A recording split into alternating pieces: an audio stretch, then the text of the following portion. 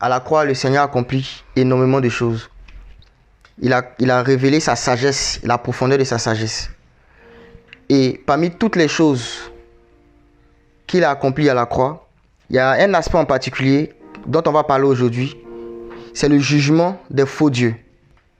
Le jugement que le Seigneur exerçait contre les faux dieux. C'est quoi un faux dieu? C'est tout simplement un démon qui se fait appeler Dieu auprès des hommes. Qui vient et qui dit aux hommes qu'en fait, les choses qu'ils reçoivent, les choses qu'ils possèdent, les choses qu'ils ont, c'est lui qui leur a donné. Et c'est lui qui les bénit, c'est lui qui peut les maudire, c'est lui qui les protège. Et ce mensonge-là, il fait croire ce mensonge-là aux hommes pour qu'ils puissent l'adorer. Pour recevoir l'adoration des hommes.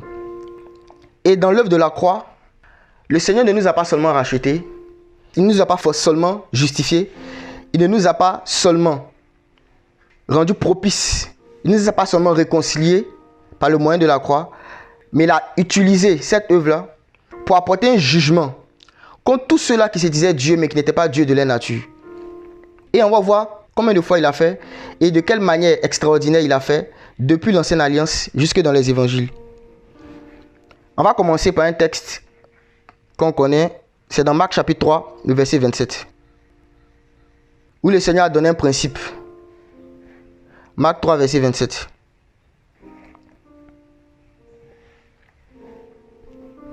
Donc je vais lire Marc 3, verset 27. Personne ne peut entrer dans la maison d'un homme fort et piller ses biens s'il n'a d'abord lié cet homme fort, alors il pillera sa maison. Je relis le texte. Personne ne peut entrer dans la maison d'un homme fort et piller ses biens s'il n'a d'abord lié cet homme fort, alors il pillera sa maison. Le Seigneur donne un principe spirituel ici, qui est que avant de prendre les biens, avant de prendre les choses qui appartiennent à un homme fort, là, il faut d'abord le lier. Il faut d'abord le mettre hors d'état de nuire. Il faut l'empêcher de riposter. Il faut l'empêcher de se défendre avant de prendre ses biens, avant de piller ses biens. Et cet homme fort dont le Seigneur parlait, c'était du diable. Celui qu'on appelle le Dieu de ce siècle, dans 2 Corinthiens 4. Il s'est fait appeler Dieu. Et le Seigneur dit en fait que on ne peut pas prendre ses biens sans d'abord l'avoir lié. Et c'est quoi les biens de Satan?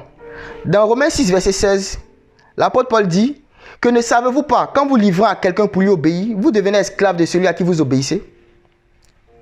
Donc en obéissant à la voix du serpent, Adam et Ève ont soumis la création, y compris les hommes, à la vanité. Ils ont rendu les hommes et la création de Dieu sur la terre esclaves de Satan et des démons.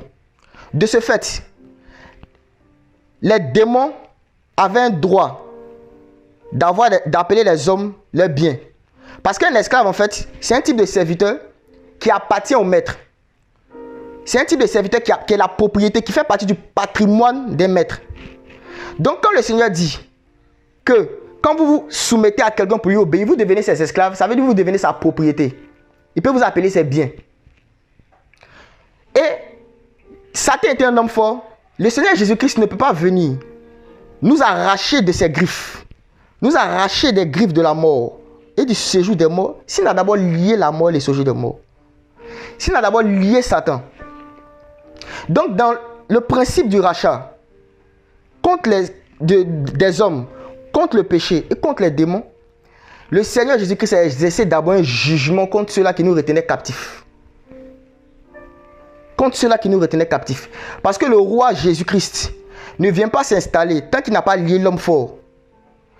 On le voit dans Apocalypse chapitre 20, quand le Seigneur devait descendre et régner pendant 1000 ans, il a envoyé un ange. Et l'ange a pris Satan, il a lié. Il a lié. Et il a jeté Satan dans une prison pour 1000 ans. Parce que Jésus-Christ, le roi, devait venir régner. Jésus ne veut pas habiter dans une maison où il y a un deuxième roi. Non, ce n'est pas possible. Déjà, même Satan, ce n'est pas le roi. Il s'appelle le prince de ce monde. Voilà. C'est un titre qui s'est donné. Et que le Seigneur aussi lui a reconnu. Le prince de ce monde vient, mais n'a rien en moi. Mais ce prince de ce monde-là, avant que le Seigneur Jésus-Christ, roi des rois, vienne régner sur le monde, il l'a lié d'abord.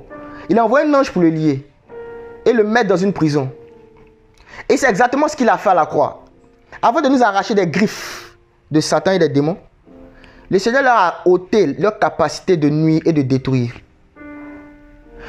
Il y a une prophétie qui concernait le Seigneur dans Genèse 3. Lorsqu'il distribuait les malédictions, lorsqu'il est arrivé sur le serpent, il a dit au serpent, je mettrai inimitié entre toi et la femme, entre ta semence ou encore ta postérité dans certaines versions, et sa postérité. La postérité de la femme va t'écraser la tête. Maintenant, toi le serpent, tu vas lui écraser le talon quand tu vas lui mordre le talon. Donc, Satan était conscient, et les démons étaient conscients du fait que Dieu allait susciter un homme pour venir détruire les œuvres, détruire l'autorité, détruire les puissances, les humilier, les livrer publiquement en spectacle. Un homme. Parce que Dieu a dit que c'est la semence de la femme qui allait le faire. Parce que le jugement que Dieu lui-même a prévu de faire à Satan et aux démons, c'est un jugement qui est fixé pour un temps. Il y a un temps où le Seigneur a prévu de juger Satan et les démons dans un feu. Il va les tourmenter. Là, il ne va pas les détruire. Il va les tourmenter. Il va les tourmenter dans un feu qui ne s'éteint pas. Mais avant que cela n'arrive, il a promis déjà dans Genèse qu'il allait susciter un homme qui allait venir. Et cet homme-là allait détruire les œuvres. Voilà pourquoi quand Jean parle du Seigneur Jésus-Christ, il dit le Fils de Dieu apparu afin de détruire les œuvres du diable. Afin d'exercer un jugement contre Satan, contre les démons, contre tous ceux-là qui ont fait croire aux hommes qu'ils étaient Dieu. Et on va voir dans les Écritures combien de fois le Seigneur a fait ça de manière extraordinaire. Je vous assure les frères, c'est magnifique. Ce qu'on va découvrir ce soir, c'est glorieux. On va découvrir notre place, notre position, l'autorité que le Seigneur nous a donnée là. Quand on va être conscient de ça, on va voir Satan comme Jésus-Christ, homme voyait Satan. Et le Seigneur, il ne fait rien sans prophétiser. Et les prophéties que le Seigneur donnait, par rapport à l'œuvre de la croix surtout, par rapport à l'œuvre de la croix, c'était à la fois des paroles, des actes et des événements. Je répète, les prophéties qui concernent la croix, c'était à la fois des paroles, des actes et des événements qu'on retrouve dans l'Ancienne Alliance. Et parmi ces prophéties, on va lire une. C'est dans Sophonie 2. Sophonie 2, verset 11. Sophonie 2, verset 11. L'Éternel sera redoutable contre tous les dieux de la terre, car il les rendra maigres. On se prosternera devant lui, chacun en son lieu, même toutes les îles des nations. Cette prophétie de Sophonie annonçait que le Seigneur, il allait exercer une puissance, une autorité redoutable contre tous les dieux de la terre. Et ce jugement qu'il allait accomplir allait faire que tous les hommes allaient se prosterner devant lui. Ce jugement qu'il allait faire, qu'il allait apporter contre tous les dieux de la terre, allait emmener les hommes à se prosterner devant lui Dieu. Parce que quand le Seigneur juge les faux dieux, c'est pour révéler qu'il est le véritable. Et Jean nous a dit en fait que le Fils de Dieu est venu pour nous révéler le véritable, pour nous enseigner le véritable. Le véritable Dieu, celui que nous devons adorer, celui vers qui nos regards doivent se tourner, celui à qui nous devons révérence et respect. Et Sophonie nous annonçait déjà que le Seigneur allait le faire. Il allait juger les faux dieux de la terre. Et comme je le disais tantôt, les démons étaient conscients de cette réalité.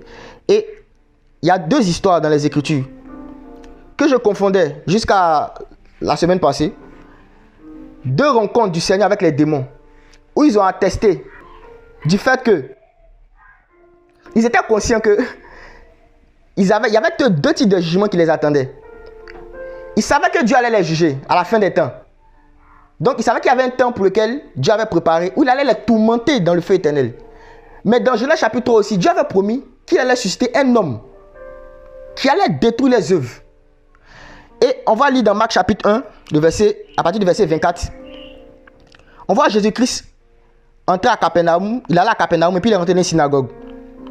Le verset 23, à partir du verset 23, on dit, oh, il se trouva dans la synagogue un homme qui avait un esprit impur et qui s'écria en disant, ah, qu'y a-t-il entre toi et nous, Jésus de Nazareth?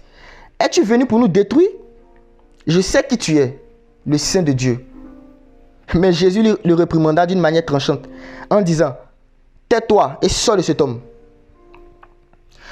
Le démon ici, quand il a vu Jésus, il savait que Dieu allait susciter un homme pour détruire les œuvres, mais il ne savait pas qui c'était. Et il ne savait pas quand ça allait se faire. Mais lorsqu'il a vu Christ, il lui a posé une question, parce que lui-même il ne savait pas. La question du démon révélait son ignorance. Les démons ne savent pas tout. Ils posent des questions aussi. Il dit, es-tu l'homme de Genèse 3? Es-tu celui qui vient accomplir la prophétie de la destruction de nos œuvres et de notre autorité et de notre puissance et de notre influence?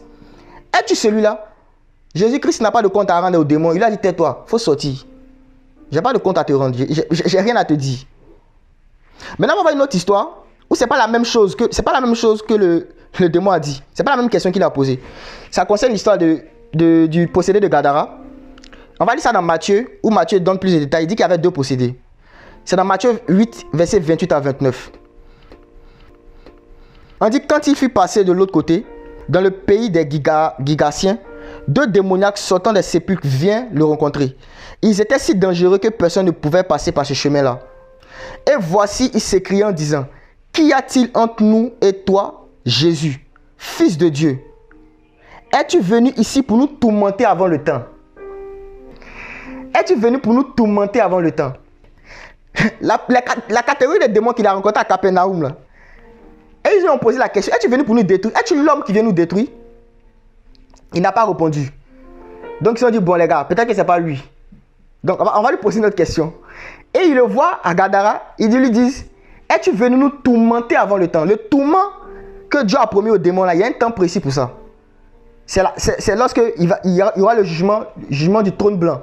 Il y a un temps précis. Donc les démons savent que Dieu ne peut pas les tourmenter avant le temps. Ils savent ça. Et la question qu'ils ont posée au Seigneur Jésus-Christ, ça révélait en fait qu'ils connaissaient sa double nature.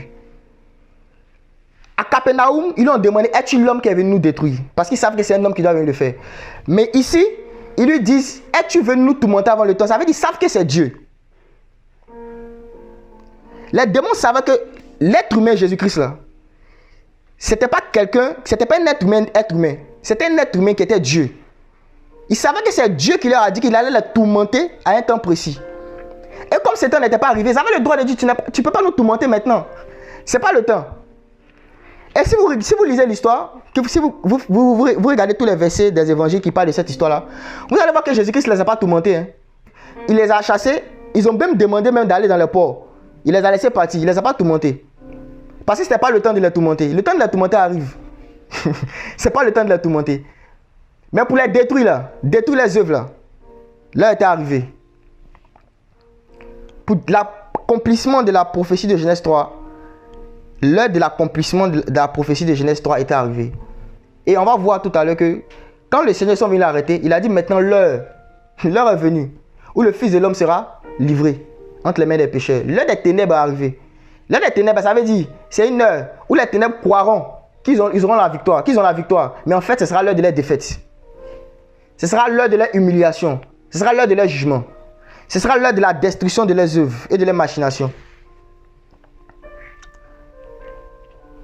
Et dans Luc 24, le Seigneur parlait aux disciples, à certains de ses disciples, et il a dit, voici ce que je vous disais quand j'étais encore avec vous,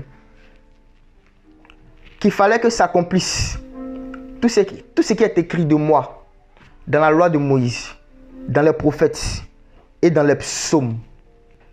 Et je me suis rendu compte que dans la loi de Moïse, dans les prophètes et dans les psaumes, Dieu a donné des images, des préfigurations du jugement, de l'humiliation qu'il allait faire subir à Satan sur la croix. Des images profondes et merveilleuses qui ont augmenté ma crainte de Dieu et mon amour pour le Seigneur. On va commencer dans les préfigurations. Allant d'Exode, la sortie du peuple d'Israël d'Égypte. La sortie du peuple d'Israël d'Égypte. On va lire Exode chapitre 6. Exode chapitre 6 à partir du verset 1. Donc, l'Éternel dit à Moïse, tu verras maintenant ce que je ferai à Pharaon par main forte. Il les laissera partir par main forte. Il les chassera de son pays. Dieu parla encore à Moïse et lui dit, je suis Yahweh. Je suis apparu à Abraham, à Isaac et à Jacob comme le Dieu Tout-Puissant, El Shaddai. Mais je ne me suis pas fait connaître d'eux sous mon nom de Yahweh. J'ai aussi établi mon alliance avec eux pour leur donner le pays de Canaan, le pays de leur pèlerinage, dans lequel ils ont demeuré comme étrangers. Et j'ai entendu les gémissements des enfants d'Israël que les Égyptiens tiennent en esclavage. Et je me suis souvenu de mon alliance. C'est pourquoi, dis aux enfants d'Israël, je suis Yahweh, et je vous ferai sortir de dessous les travaux forcés des Égyptiens. Et je vous délivrerai de leur servitude. Je vous rachèterai à bras étendus. Le Seigneur dit, je vous rachèterai à bras étendus. Il donnait la position par laquelle elle allait nous racheter. Ses bras seraient étendus. Le Seigneur ne donne pas des détails au hasard. Hein. Je vous assure, si vous prenez le temps de méditer chaque parole du Seigneur, vous allez voir en fait que dans une parole, le Seigneur peut donner 1000 enseignements. Il dit, je vous délivrerai par bras étendus. Je vais étendre mes bras, comme sur la croix. Et il ajoute maintenant, pas de grands jugements. Ça veut dire qu'il va vous racheter, hein? Mais je vais exercer aussi de grands jugements. On va lire encore, ou il va répéter ça encore à Moïse dans Exode chapitre 7. Exode 7, versets 1 à 5. Et Yahweh dit à Moïse, voici, je t'ai fait Dieu pour Pharaon. Aaron, ton frère, sera ton prophète. Le Seigneur a dit en fait que pour juger les dieux d'Égypte et Pharaon là, il dit à Moïse, je t'ai fait Dieu pour Pharaon. Il n'a pas dit à Moïse que tu es Dieu. Hein? Il dit, tu vas jouer mon rôle. Parce que c'est Dieu qui est le juge. La Bible l'appelle le juste juge. C'est à lui qu'appartient la vengeance et la rétribution. Mais vous allez remarquer que quand il s'agit de détruire les œuvres du diable, le Seigneur ne se fatigue jamais. Il suscite des hommes. Parce que Satan est trop petit pour qu'il se batte avec lui. Dans le ciel, là, on dit Satan a fait une rébellion. Il a pris un tiers des étoiles. Et puis, il veut se battre. Il cherche la bagarre. Dieu ne s'est même pas levé. Il dit, Michel, bon, réunis 2-3 gars là-bas, allez les chasser. Parce que quand il s'agit de Satan, Dieu ne se lève jamais. Vous allez voir que dans les Écritures, quand on dit que Dieu s'est levé là, c'est que c'était par rapport à ses enfants, à ses bien-aimés. C'est Étienne qui devait monter au ciel. Il a dit, il a vu le Fils de l'homme debout. Dieu s'est levé pour l'accueillir. Mais pour chasser Satan, pour le juger là, Dieu envoie des hommes. Donc il dit, Moïse, c'est toi qui es Dieu. Hein? Il faut jouer mon rôle. Maintenant, il faut appeler Aaron encore, il sera ton prophète. Et puis vous allez-y. Au verset 2, il dit, tu diras tout ce que je te donnerai. Et Aaron, ton prophète, parlera à Pharaon pour qu'il laisse aller les enfants d'Israël hors de son pays. J'endurcirai le cœur de Pharaon et je multiplierai mes signes et mes miracles dans le pays d'Égypte. Pharaon ne vous écoutera pas. Je mettrai ma main sur l'Égypte et je sortirai mes armées, mon peuple, les enfants d'Israël, du pays d'Égypte, par de grands jugements. Il a répété encore. Hein? Il y a des grands jugements qui attendent les gens qui vous maintiennent en esclavage, là. Les démons, hein, le péché. Là. Il y a un jugement qui les attend. Ces faux dieux d'Égypte qui vous maintiennent dans leur captivité, là. Il y a un jugement qui va venir. Et ce sera un grand jugement. Et au verset 5, il dit, pourquoi je ferai ce jugement-là? Parce que les Égyptiens sauront que je suis Yahweh. Quand j'aurai étendu ma main sur l'Égypte et que j'aurai fait sortir du milieu d'eux les enfants d'Israël, ils vont savoir que c'est moi qui suis Dieu. Quand mes mains seront étendues. Ils sauront que c'est moi qui suis Dieu. Et vous savez pourquoi le Seigneur, il aurait pu faire sortir Israël rapidement d'Égypte. Hein. Mais il a frappé le pays d'Égypte par 10 plaies. Et on va voir tout à l'heure que les 10 plaies là, c'était des jugements contre des dieux spécifiques en Égypte. Dieu n'a pas donné les 10 plaies au hasard. Il a ciblé des gens. Il a ciblé des personnes, des dieux qui volaient sa gloire auprès des Égyptiens. Il a fait comprendre aux Égyptiens que ces dieux que vous adorez là, ils veulent voler ma gloire. Mais je vais vous montrer qu'ils sont rien. Qu'ils ne sont rien. Et le peuple d'Israël, qui avait fait 430 ans en Égypte, avait adopté les coutumes des Égyptiens. Donc, le Dieu qui va leur dire, tu n'auras pas d'autre Dieu devant ma face là, ce sera seulement un discours s'il ne leur prouve pas ça. Notre Dieu, ce n'est pas un Dieu de discours. De la même manière que Paul a dit que ma prédication ne repose pas sur des discours persuasifs, hein, mais ça repose sur la démonstration d'esprit et de puissance. Notre Dieu, cette déclaration ne repose pas sur des discours. Il savait qu'il allait dire à Israël, dans le désert, tu n'auras pas d'autre Dieu devant ma face. Et pour que son discours soit crédible, il devait humilier tous les dieux de l'Égypte devant les Juifs. Ces dieux auxquels ils étaient habitués là. Il devait les humilier eux tous. D'abord. Comme ça qu'il vient dire, mon peuple, tu n'auras pas d'autre dieu devant ma face, ça a du poids. Et c'est crédible. C'est crédible. Parce qu'il a prouvé. C'est un Dieu qui prouve ce qu'il dit. Et on va voir maintenant, dans Exode chapitre 12, les grands jugements dont Dieu parlait là, c'était quoi? Exode 12, verset 12. Exode chapitre 12, verset 12. Car je passerai cette nuit-là par le pays d'Égypte, et je frapperai tout premier-né au pays d'Égypte, depuis les hommes jusqu'aux bêtes, et j'exercerai des jugements sur tous les dieux de l'Égypte. Je suis Yahweh. Sur tous les dieux de l'Égypte. Il va faire sortir Israël. Hein. Ça, c'est la mission. Mais il sait que tu peux pas venir prendre les biens de quelqu'un sans le lier. Il sait ça. Donc, il va les lier tous. Il va leur montrer en fait qu'ils ne sont rien. Eux, ils savent déjà. Mais il va montrer aux hommes qui ne sont rien. Donc, on va prendre maintenant les différents jugements que Dieu a donnés aux Égyptiens. On ne va pas lire tout. Si ceux qui veulent approfondir le sujet, lisez Exode 7, 8, 9 et 10. Mais je vais citer les plaies comme ça, et puis donner l'interprétation. Et quel Dieu de l'Égypte Dieu a jugé. Le Seigneur m'a fait grâce. Il m'a poussé dans une recherche concernant l'Antiquité égyptienne. Et j'ai découvert des choses extraordinaires. Je vais partager mon écran. On va voir ensemble.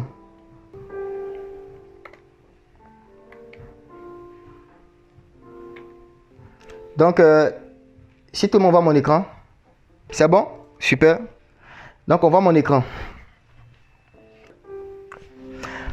On voit que quand Dieu a envoyé Moïse et Aaron chez Pharaon, là, il n'y avait pas tout le peuple. Hein. Il n'y avait que Moïse, Aaron. Voilà, ça ne concernait pas tout le pays d'Égypte. C'était en privé d'abord. Il a commencé en privé, comme Jésus-Christ dans le désert. Il commence d'abord en privé. Voilà. Donc, ils sont allés, Moïse et Aaron, sont allés chez Pharaon. Ils lui ont dit, laisse aller mon peuple pour qu'il me serve tout. Pharaon dit, qui est Yahweh pour que je croie en lui. Et Moïse a dit à Aaron, jette ta verge. Et la verge est devenue un serpent. Vous savez pourquoi Dieu a fait ça? Parce qu'il y a un dieu égyptien qui s'appelle Apep. Ou encore Apophis, ou encore Apopis. Il a plusieurs noms différents, mais bon, ça commence toujours par AP. Et ce dieu-là, c'était le dieu, c'était la personnification du chaos et du mal. En fait, c'était le dieu qui faisait peur. C'est le dieu de la terreur. C'est un serpent géant. On dit son nom signifie serpent géant. C'est-à-dire, si tu te vois, lui va t'avaler. C'est un serpent géant. Et Dieu voulait montrer à Pharaon et à ses magiciens, à ses prêtres, que celui qu'on appelle serpent géant, là, il y a un serpent plus géant que lui-même qui peut l'avaler. Il y a un serpent plus dangereux que lui. Lui, il s'appelle serpent ancien, non? Mais il y a un autre, on l'appelle l'ancien des jours même. Hey. C'est lui, c'est les jours là, mais lui, c'est l'ancien.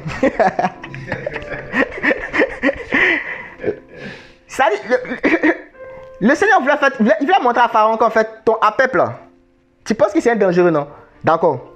Il a dit, Aaron, jette ta verge. Aaron a jeté sa verge. Et c'était pas la verge de Moïse, hein? C'était la verge d'Aaron. Il a jeté sa verge. Et puis ils ont envoyé les magiciens de l'Égypte. Ils ont dit, ah mais ça on connaît, il y a Apep qui est là. Il y a ces petits frères aussi qui sont là. On les jette aussi. Donc ils ont envoyé maintenant tout le monde à la bataille. On dit, vous voyez, on en a pu faire. Il dit, oui, je savais que vous allez faire. Mais il y avait un but en fait. Il voulait même que vous le fassiez. Pour vous montrer quelque chose. Regardez. Hein. Le serpent, la verge d'Aaron. On dit englouti. Avalé. Tous les Apep là. Il les a tous avalés. Pour dire quoi? Qu'en fait le vrai serpent là. Le gros serpent qui vous engloutissait. Qui faisait la terreur de l'Égypte. Il n'est rien. Devant la verge d'Aaron. C'est même pas la verge de Moïse. Hein. C'est la verge d'Aaron. Ce Dieu qui fait peur là, en fait il n'est rien. Mais Pharaon n'a pas compris. Le Seigneur savait qu'il n'allait pas comprendre. Il dit c'est pas grave. Il y a d'autres qui viennent encore. Donc après ça, c'est là maintenant que c'est ce qu'on appelle les 10 plaies de l'Égypte. Parce que ça, c'était un jugement contre un Dieu, mais ça ne faisait pas partie des plaies contre le pays d'Égypte. Et c'est ce qu'on appelle communément les 10 plaies. C'est là que après ça que ça a commencé. Et la première, c'était un jugement contre le Nil. Et en faisant les recherches sur les sites égyptiens, je me suis rendu compte que les Égyptiens avaient plus de 1000 dieux, 1000 divinités. Ils étaient trop. Et il est rangé par trinité. Mais il y avait des dieux principaux. Et les dieux principaux, là, ils régnaient en fait sur des régions particulières, sur des aspects particuliers de la vie des Égyptiens. Et parmi eux, il y avait le dieu du Nil qui s'appelle Sobek. Il a une tête de crocodile. Une tête de crocodile. Et ce dieu-là, Dieu a commencé par lui. Parce que le Nil faisait la gloire des Égyptiens. L'Égypte, c'est une région un peu désertique. Donc, ce fleuve-là, c'est ce fleuve-là qui leur donnait de l'eau pour boire, pour se laver, pour cultiver, pour tous les aspects de la vie qui ont besoin de l'eau, là. C'est le Nil, en fait, qui leur donnait ça. Pour se nourrir aussi avec les poissons. Donc, les Égyptiens, ils priaient, ils offraient des sacrifices à Sobek, croyant que c'est Sobek qui le faisait. Donc, Dieu a envoyé Moïse. Il dit Moïse, dis à Aaron, c'est Aaron encore, hein, élève ta verge contre les eaux de l'Égypte. Dis que ces eaux-là deviennent du sang. Et Moïse a fait ça. Il a dit à Aaron, Aaron a fait ça. Et les magiciens de l'Égypte, ils ont reproduit aussi. Il dit, bon, il n'y a pas de problème. Mais vous avez fait ça d'une certaine manière pour prouver que vous êtes puissant.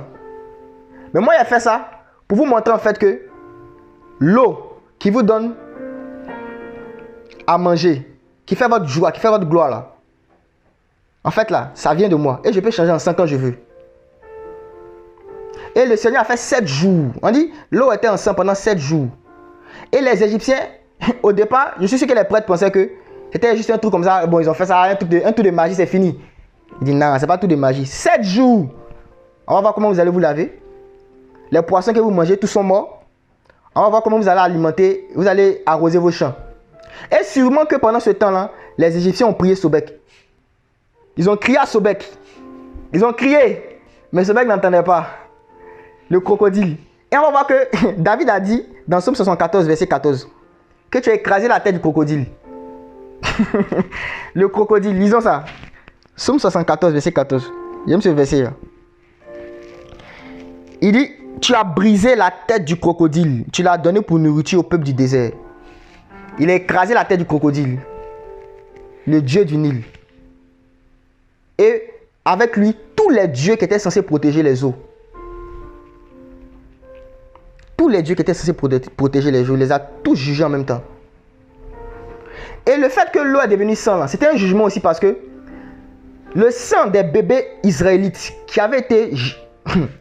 Quand Pharaon voulait tuer Moïse, il a demandé qu'on jette les bébés juifs dans les eaux. Et les bébés qui ont été jetés dans les eaux là, les crocodiles et les poissons les ont mangés. C'est le sang là qui est remonté. Vous avez tué des gens, non? Ok. C'est le sang là qui est remonté. Vous allez boire ça. Vous voulez boire le sang, non? Vous allez boire ça. Et c'était un jugement contre ce Sobek là, le dieu du Nil. La deuxième plaie, c'était l'invasion des grenouilles. Et une déesse en Égypte qui s'appelle Eket. C'est une déesse qui a une tête de grenouille. Bon, eux, ils ont des divinités bizarres quand même. Une tête de grenouille. Et cette divinité-là aussi, elle était associée au Nil parce que c'était elle était divinité aussi de la fertilité. Et elle était censée contrôler les naissances. Elle surveillait les femmes enceintes et elle contrôlait les naissances, même des animaux. Mais Dieu a fait exprès. Il a multiplié, il a dit aux grenouilles, multipliez-vous et remplissez l'Égypte. On va voir ce qu'elle va faire. Elle n'a pas dit elle contrôle. Elle contrôle la naissance, non? On va voir. On va voir ce qu'elle va faire. C'est elle qui dit qu'elle contrôle la naissance, non? Multipliez-vous, remplissez l'Égypte même. Et les Égyptiens, en fait, ils vénéraient les grenouilles parce qu'en fait, ils disaient que les grenouilles, c'était des animaux qui vivaient à la fois sur l'eau et sur la terre. Donc, ils les vénéraient à cause de ça. On dit même que c'était puni même. Il y a des historiens qui disent que c'était puni de marcher même sur une grenouille. C'était punissable de mort en fait, le fait de marcher sur une grenouille. Mais imagine, où les grenouilles viennent dormir dans ton lit. Ils sont partout. Tout le monde a commis crime ce jour-là. Tout le monde. Et Eket était là. Elle ne pouvait pas parler. Les gens priaient, Eket, Eket. Elle ne parlait pas. Elle ne peut rien dire. Elle ne peut rien dire. Parce que le roi de gloire, il a fait son entrée. Amen. Il a fait son entrée. Quand il fait son entrée comme ça, là, on dit que la création fait silence. Quand il vient là, ceux qui tapent leur poitrine pour dire c'est nous là, ils ne parlent pas. On va avancer. Il y a tellement de choses à dire qu'on ne va pas rester sur ceux-là. Ils ne sont pas des gens qui on doit parler beaucoup. La troisième plaie en fait concernait le fait que Dieu a demandé à Moïse de taper la poussière. Et la poussière, là, c'est devenu des poux.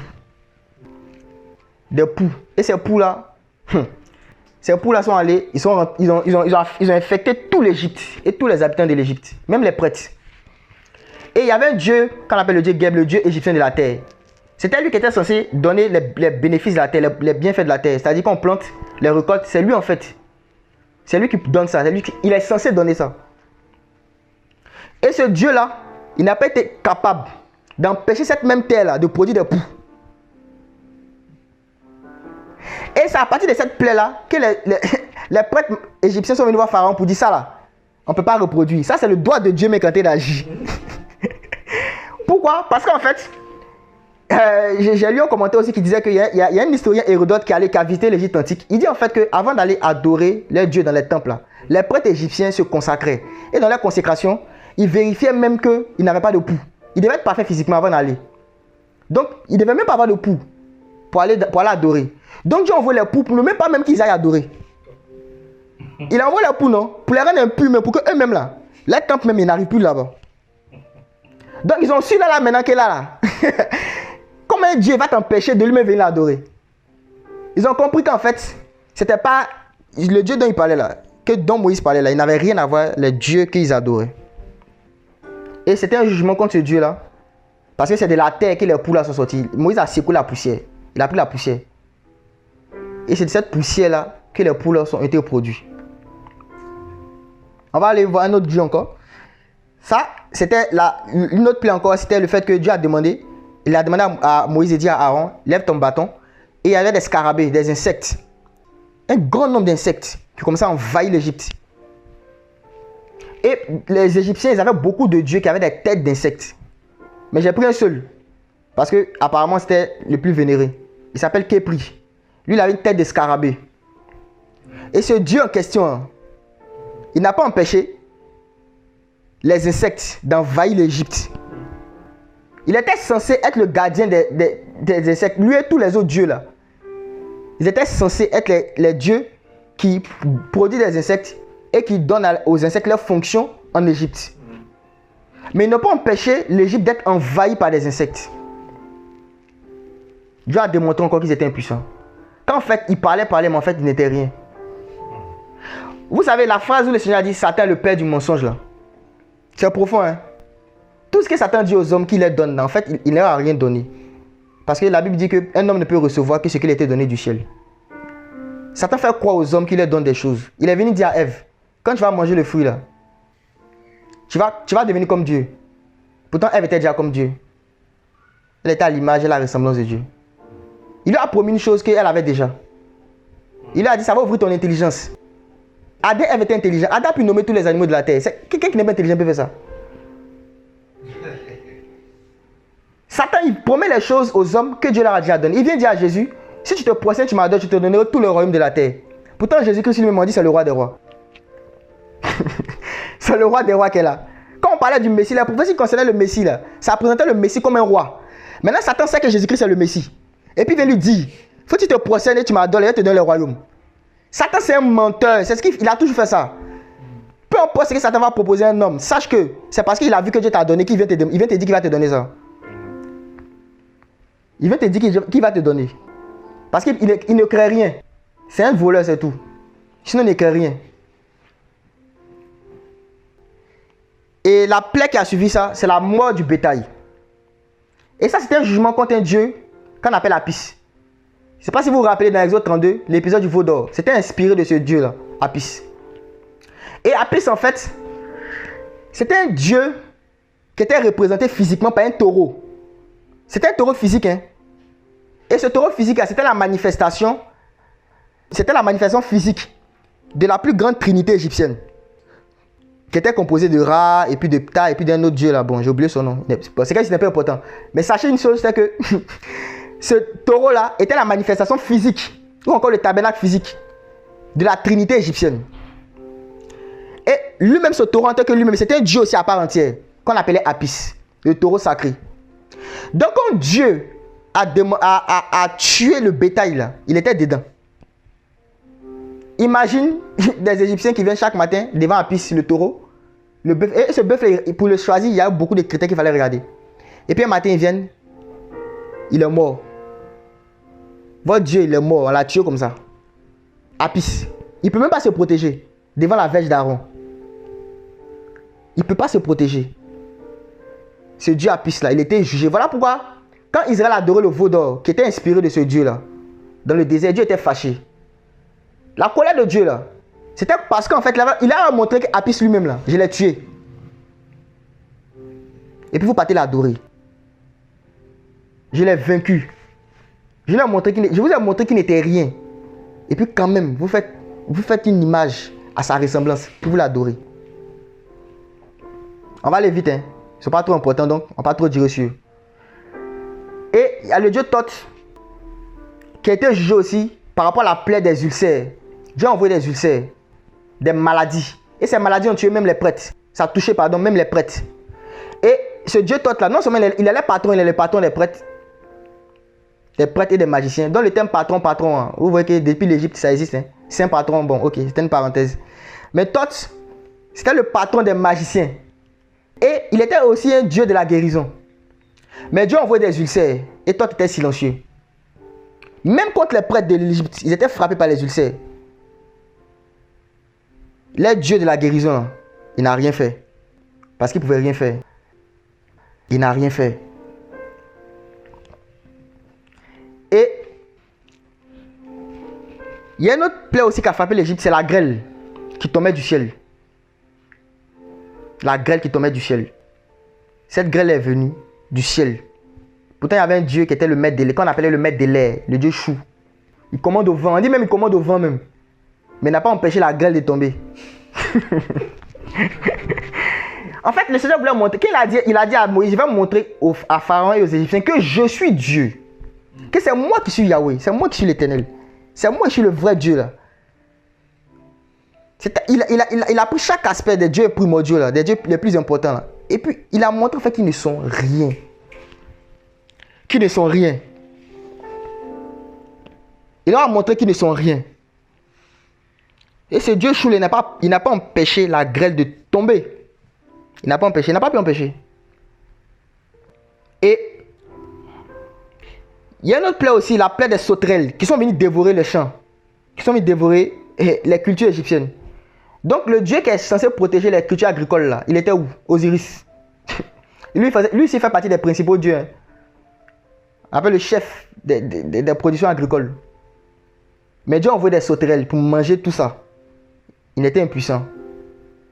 Il ne pouvait rien faire. Osiris ne pouvait rien faire. Et j'imagine les Égyptiens en train de prier, en train d'invoquer, en train de crier. Prier les dieux, invoquer les dieux. Mais ils ne pouvaient rien. Parce qu'en fait, le vrai Dieu de l'agriculture, ce n'est pas lui. Vous allez voir en fait que tous les titres que les démons prennent là, c'est parce qu'en fait, ils ne sont pas tout puissants. Donc, ils sont obligés de se spécialiser. Vous allez voir que dans la plupart des cultures antiques là, il y a des dieux pour tout. Hein. Il y a Dieu de l'eau, il y a Dieu du feu, il y a Dieu de la terre, il y a Dieu des récoltes, il y a Dieu de la fertilité. Parce qu'en fait, les démons, comme ils ne sont pas tout puissants, chacun se spécialise. Chacun dit, bon, toi, va dans la forêt, moi, il va dans l'eau, voilà. On sait que c'est là qu'on peut gérer, quoi. On ne peut pas faire tout à la fois, donc gérons-nous. Maintenant, Dieu, là, on l'appelle le tout-puissant. Donc, si tu cherches un Dieu de l'eau, il dit, c'est lui-même qui appelle l'eau vive. C'est lui-même qui est l'eau vive. Tu cherches Dieu du feu, là, il s'appelle le feu dévorant. Tu cherches Dieu du soleil, il s'appelle le soleil de justice. Tous les aspects, toutes les manifestations de Dieu, quand on retrouve quand Dieu seul, les démons prennent une partie et puis disent que c'est eux. Maintenant, la preuve que tu vas savoir que ce n'est pas eux là, c'est quand maintenant le vrai va se révéler. Quand Dieu se manifeste, ça dévoile les faux dieux en même temps. Quand le vrai se manifeste là, il dévoile les faux. Il dit qu'il est Dieu du ciel, non? Il y a un vrai Dieu du ciel qui est venu et puis il a envoyé grêle. Il dit maintenant, il faut parler. Il ne peut pas parler. Osiris. Et lui me plaît bien. Sûrement que vous le connaissez, le dieu Ra, le dieu du soleil. Et c'était la 9e plaie. Dieu a attendu la 9e plaie pour humilier même le plus grand. Donc les dieux là, Amon-Ra. Il était le plus prépondérant. Et cette plaie là, c'était quoi? Dieu a envoyé des ténèbres épaisses sur l'Égypte pendant 3 jours. Il dit qu'il est le dieu du soleil, non? Ok. Dans la même contrée là, il y a une partie où il y a soleil, une partie où il y a ténèbres épaisses. Il n'a qu'à expliquer ça. Ténèbres épaisses pendant 3 jours. Et vous allez voir que les 3 jours là, ça correspond au nombre de jours que Jésus-Christ, Dieu, a passé dans le séjour des morts. Parce que la mort là, c'était le dernier ennemi. Le dernier ennemi, c'était la mort. Il a fait 3 jours dans le séjour des morts. Et pendant 3 jours, Yahweh a jugé Ra, le Dieu soleil. Il a envoyé des ténèbres épaisses sur l'Égypte. Des ténèbres épaisses. Les Égyptiens étaient des cris, faisaient des sacrifices même sûrement. Pour dire, ah, envoie la lumière, ah, envoie la lumière. Mais il était silencieux, comme toujours. Pendant 3 jours, pour leur montrer en fait que c'est un Dieu de nom. Mais il n'est pas Dieu de nature. Il a pris un nom. Il s'est fait appeler. Mais ce n'est pas lui. Parce qu'il y a un seul soleil de justice. Il s'appelle Jésus-Christ. Il y a un seul. Et la dernière plaie, c'était la mort des premiers-nés. Je n'ai pas illustré ça avec un Dieu parce que cette dernière plaie-là, en fait, ne concernait pas un Dieu en particulier. Ça concernait tous. Eux tous. Il les a résumés, en fait. Les premiers-nés, c'était, comment on dit, l'avenir de l'Égypte. Les premiers-nés, c'était l'avenir de l'Égypte. C'était l'avenir du pharaon. Et les premiers-nés étaient importants aussi, les premiers-nés surtout du bétail étaient importants aussi pour les sacrifices. Et le Seigneur est venu, il a dit, je vais faire sortir mon peuple d'Égypte en faisant mourir les premiers-nés d'Égypte. Les premiers-nés. Et la mort des premiers-nés, c'était pas en fait les premiers-nés de tout l'Égypte en fait qui était... C'était pas la mort même qui était importante, c'était la mort du premier-né de Pharaon. C'est ça même qui lui a fait mal. Parce que Pharaon, bon, il s'en fait pas trop pour les premiers-nés des autres. Donc, c'est la mort d'un premier-né en particulier qui a fait sortir Israël d'Égypte. Dieu prophétisait par cet événement-là que c'est la mort d'un premier-né qui allait nous faire sortir d'Égypte. Oh, il y a la mort d'un premier-né qui allait intervenir quelque part. C'est ce qu'on appelle le premier-né d'entre les morts. Il y a la mort d'un premier-né qui allait intervenir quelque part. Et c'est la mort de ce premier-né-là qui allait être comment dire, l'apothéose. L'apothéose de ce jugement-là. Et quand les premiers-nés sont morts, Pharaon a dit, bon, je vous laisse partir. Et ils sont partis. Mais quand ils sont arrivés devant la mer Rouge, Pharaon et son armée ont commencé à les poursuivre. Et il restait un dernier Dieu en Égypte que le Seigneur n'avait pas encore jugé. Il y avait un dernier Dieu qui n'avait pas encore jugé. C'était Pharaon lui-même. Parce que Pharaon était considéré comme Dieu en Égypte. Les gens le voyaient comme une incarnation d'une divinité principale de l'Égypte. Donc Pharaon lui-même, il restait à son compte. Et regardez comment est-ce que le Seigneur va faire les choses de manière merveilleuse. Vous voyez, l'endroit où Pharaon est mort, on appelle ça la mer Rouge. Et je me suis rendu compte que dans la Bible, on ne donne pas les noms des lieux en vain. On ne donne pas ça en vain. On a vu ça avec Golgotha, le lieu du crâne. On aurait pu dire seulement la mer. Mais on dit mer rouge. Une mer qui est rouge. Une eau salée qui est rouge. Ça ne vous rappelle pas quelque chose? Une eau salée rouge. Le Seigneur prophétisait par la mort de Pharaon, par le jugement de Pharaon dans la mer rouge là, que c'est à travers le sang de l'agneau, qui est une eau salée qui est rouge, qu'il allait exercer le jugement contre Pharaon, le dernier, celui qui restait. Et la Bible nous dit qu'ils ont vaincu le grand dragon à cause du sang de l'agneau. Le sang de l'agneau, une eau salée qui est rouge, une mer rouge. Pourquoi dire mer rouge? On aurait pu dire mer, mais le Seigneur a insisté. Et j'ai vérifié, c'est ça, c'est la mer rouge. Regardez dans les textes, vous allez voir, la mer rouge. Ça prophétisait le sang de l'agneau. Que c'est à travers le sang de l'agneau que Pharaon allait être vaincu. Ils l'ont vaincu à cause du sang de l'agneau. Le grand dragon, l'accusateur, celui qui séduit toute la terre, le Pharaon, le dangereux, c'est dans la mer rouge qu'il est resté. Parce que quand les autres étaient vaincus là, ils sont calmés. Ils disent bon, non, on laisse passer. Hein. Certains disent non, c'est trop facile. Moi, il m'en va encore. Je dis ok, viens. Il y a le sang de l'agneau qui est là. Et regardez quelque chose. Hein. Il disait tantôt que pour juger Satan, là, Dieu ne se fatigue pas. Dieu a voulu tellement humilier le diable. Le diable, c'est un dragon. On l'appelle le dragon, non? Maintenant, regardez ce que Dieu a fait.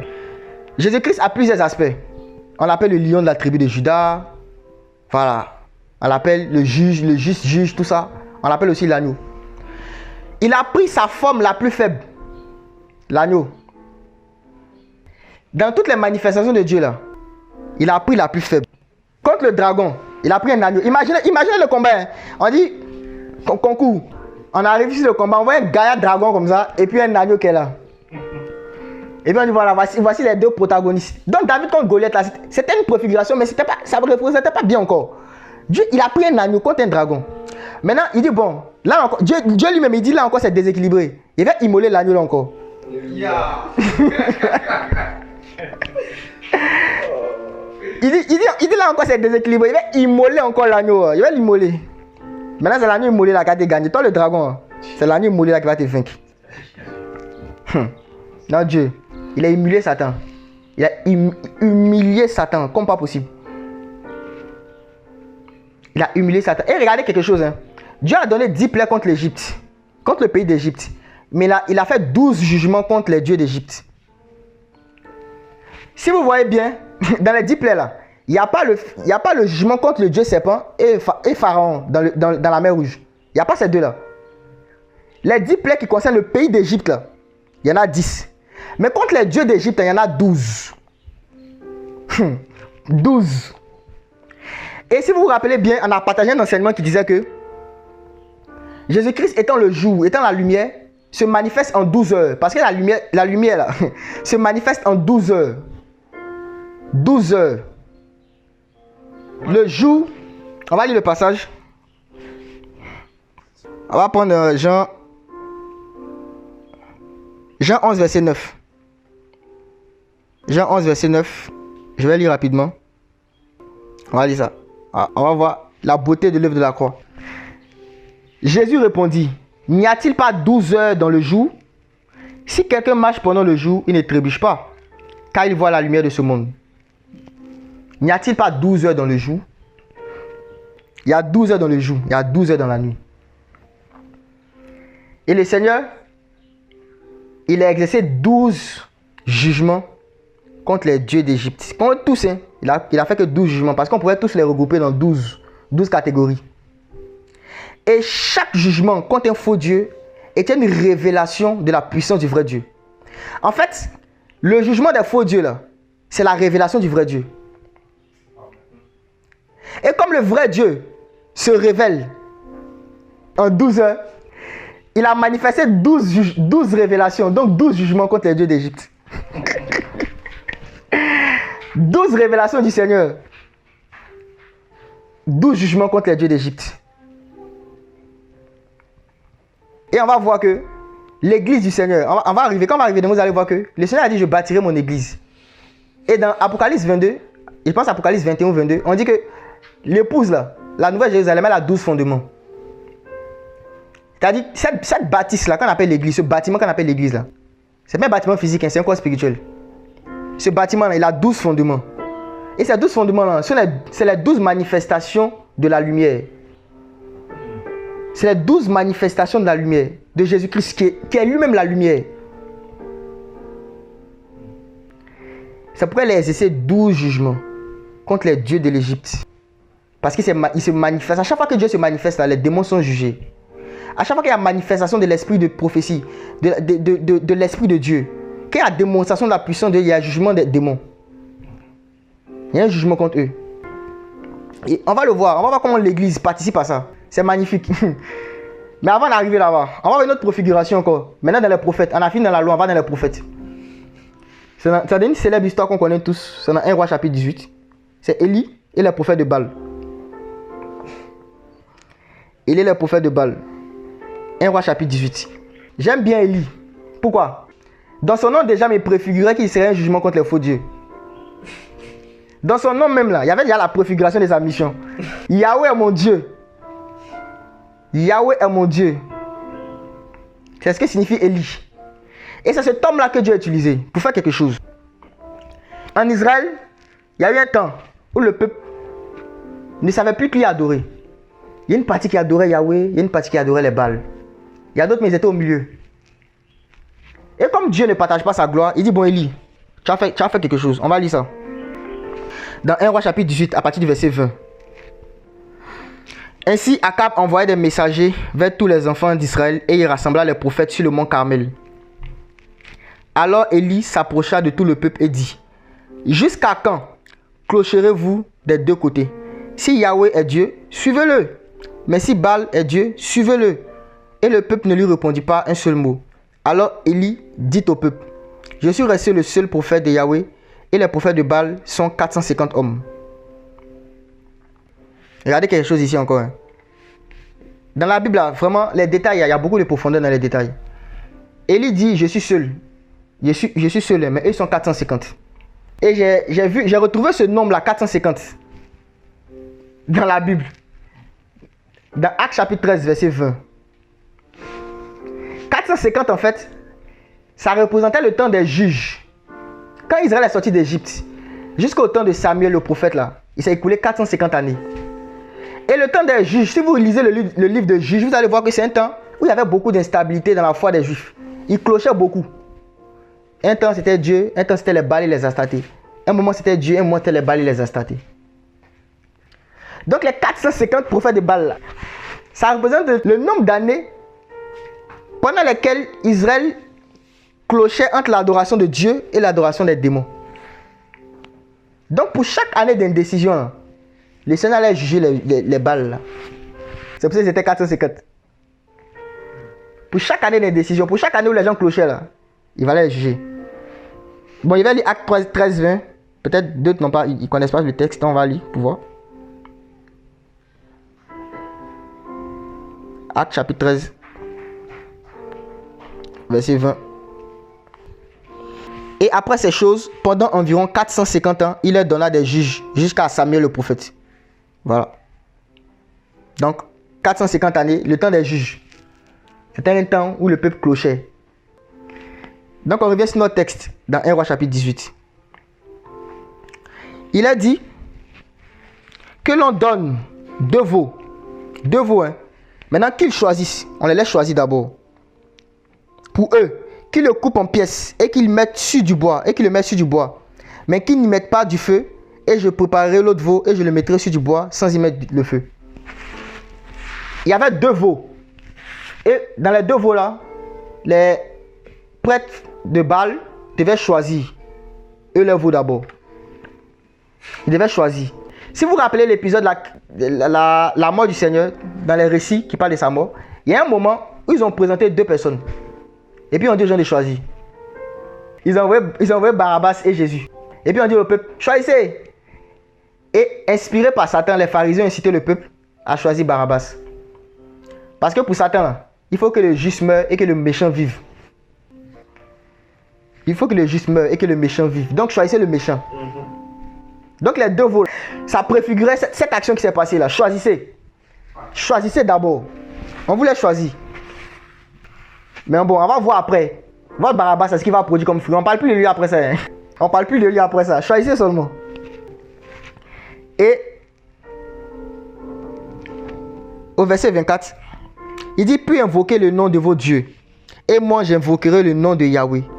Le Dieu qui répondra par le feu, c'est lui qui est Dieu. Et tout le peuple répondit et dit, ce discours est bon. C'est un bon discours. Et Élie dit au prophète de Baal, choisissez un veau et préparez-le les premiers, car vous êtes en plus grand nombre, et invoquez le nom de vos dieux, mais n'y mettez pas du feu. Vous voyez, quand Élie a proposé ça au prophète de Baal, là, ils n'ont pas discuté. Hein? Je ne sais pas si vous voyez, ils étaient prêts à faire. Vous pensez vraiment que le prophète de Baal ne pouvait pas faire descendre le feu du ciel? Il pouvait. Satan peut faire ça. On voit ça dans la Bible, dans Job chapitre 1. On dit, les moutons de Job étaient là, il y a un feu qui est tombé du ciel. C'était Satan qui a envoyé le feu là. Dans Apocalypse chapitre 13, on dit le faux prophète là, il sera capable de faire même tomber le feu du ciel. Donc le prophète de Baal, elle a un niveau de consécration à Satan là. Il pouvait faire ça. C'est pour ça qu'ils n'ont pas parlé, ils n'ont pas discuté. Il dit, non, il n'y a pas de problème, ça c'est un petit truc à gérer. Chap, chap, on fait ça. Ce qu'ils ne savaient pas, c'est qu'il y avait la présence de quelqu'un qui faisait que ce qu'ils savent faire normalement, là, ils ne pourront plus faire ça. Ce que Satan sait faire normalement, là, quand il y a les gens qui sont là, il y a des personnes qui sont là. Ce que Satan sait faire, c'est qu'il est expert dedans. Là. On lui demande de faire, mais il ne peut plus. On lui dit faire, mais il ne peut pas. Il sait faire ça. Mais il y a des gens qu'on appelle des fils de Dieu. Ils n'ont pas besoin d'être beaucoup, il suffit qu'ils soient un seul. Ils sont là seulement. Élie n'a pas prié. Hein. Ce n'est pas dans cette partie qu'Élie a prié, c'est après qu'Élie a prié. C'est sa présence seulement qui a désactivé. Sa présence. Il n'y a pas eu besoin de prière. Je vous assure, hein, ce message-là, ça m'a fait voir Satan comme Jésus le voit. Quelqu'un qui est rien. La mère John, Dieu voit Satan. Là. Si on a cette image de lui, l'autorité qu'on va voir sur les démons, c'est pas possible. Et le samedi, je me rappelle, c'est un soir où je recevais, où le Seigneur m'enseignait ça. Le soir, là, j'ai vécu une expérience où j'étais couché sur mon lit et puis ma peau tremblait. Et je n'arrivais pas à dormir. Ma peau tremblait. Je savais pas ce qui m'arrivait. Il y avait l'impression que j'étais mal couché. Donc j'ai changé de position. Pendant plus de 30 minutes, je change de position, mais je n'arrive pas à dormir. Ma peau tremble. Et puis le Seigneur m'a dit qu'il était me revêtir d'une puissance. Il a mis cette pensée dans mon cœur. Et puis il me suis dit, ah, attends, mais comment ça? Bon, je vais voir. Et puis j'ai senti qu'il y avait un démon dans la chambre où j'étais couché. Il dit, bon, il va essayer. Il sait qu'il a emprisonné un esprit. Donc il a dit, bon, esprit, quitte-la. L'autorité, l'assurance que j'avais pour dire ça là, j'avais jamais senti ça dans mon cœur depuis que je suis chrétien. C'était un autre niveau d'assurance que je parlais. C'était un autre niveau d'assurance. Pendant que le Seigneur me donnait cet éclairage là, j'avais reçu un autre niveau d'assurance. Parce que il m'avait fait voir Satan comme lui le voit. Et on voit que Élie dit, il a dit au prophète de Baal, on dit au verset 26, il prit donc un veau qu'on leur donna, il apprêtait et ils invoquaient le nom de Baal depuis le matin jusqu'à midi, en disant, Baal, exauce-nous. Mais il n'y avait ni voix ni réponse. On dit ni voix ni réponse. Ni voix ni réponse. Et ils sautaient devant l'autel qu'ils avaient fait. Il n'y avait aucun signe. Au moins, même s'il n'y avait pas de réponse, qu'il y avait une voix, au moins c'était bon. Tu peux ne pas envoyer le feu, mais au moins il faut parler pour dire, bon les gars, aujourd'hui je suis bloqué. Hein. Donc, programmer c'est un autre jour. Comme ça, au moins, ils savent. Moi, il n'y a pas de voix même. Il n'y a ni voix, il n'y a ni réponse. Il n'y a rien. Même pour parler. Même la voix de Satan, pour parler là même. C'est pas juste agir. Hein. Même pour parler. Quand il y a une certaine présence, Satan ne peut pas parler. Ni voix, ni réponse. Et regardez ce qui s'est passé. On dit, il arriva qu'à midi, Élie se moqua d'eux et dit, criez à grande voix. Peut-être que c'est parce que vous ne criez pas bien. Donc, criez encore. Puisqu'il est Dieu, il doit être en méditation, ou il est occupé, ou il est en voyage, peut-être qu'il dort et qu'il va se réveiller. Élie, en fait, il se moquait d'eux, mais c'était une manière aussi de les pousser dans leur dernier retranchement.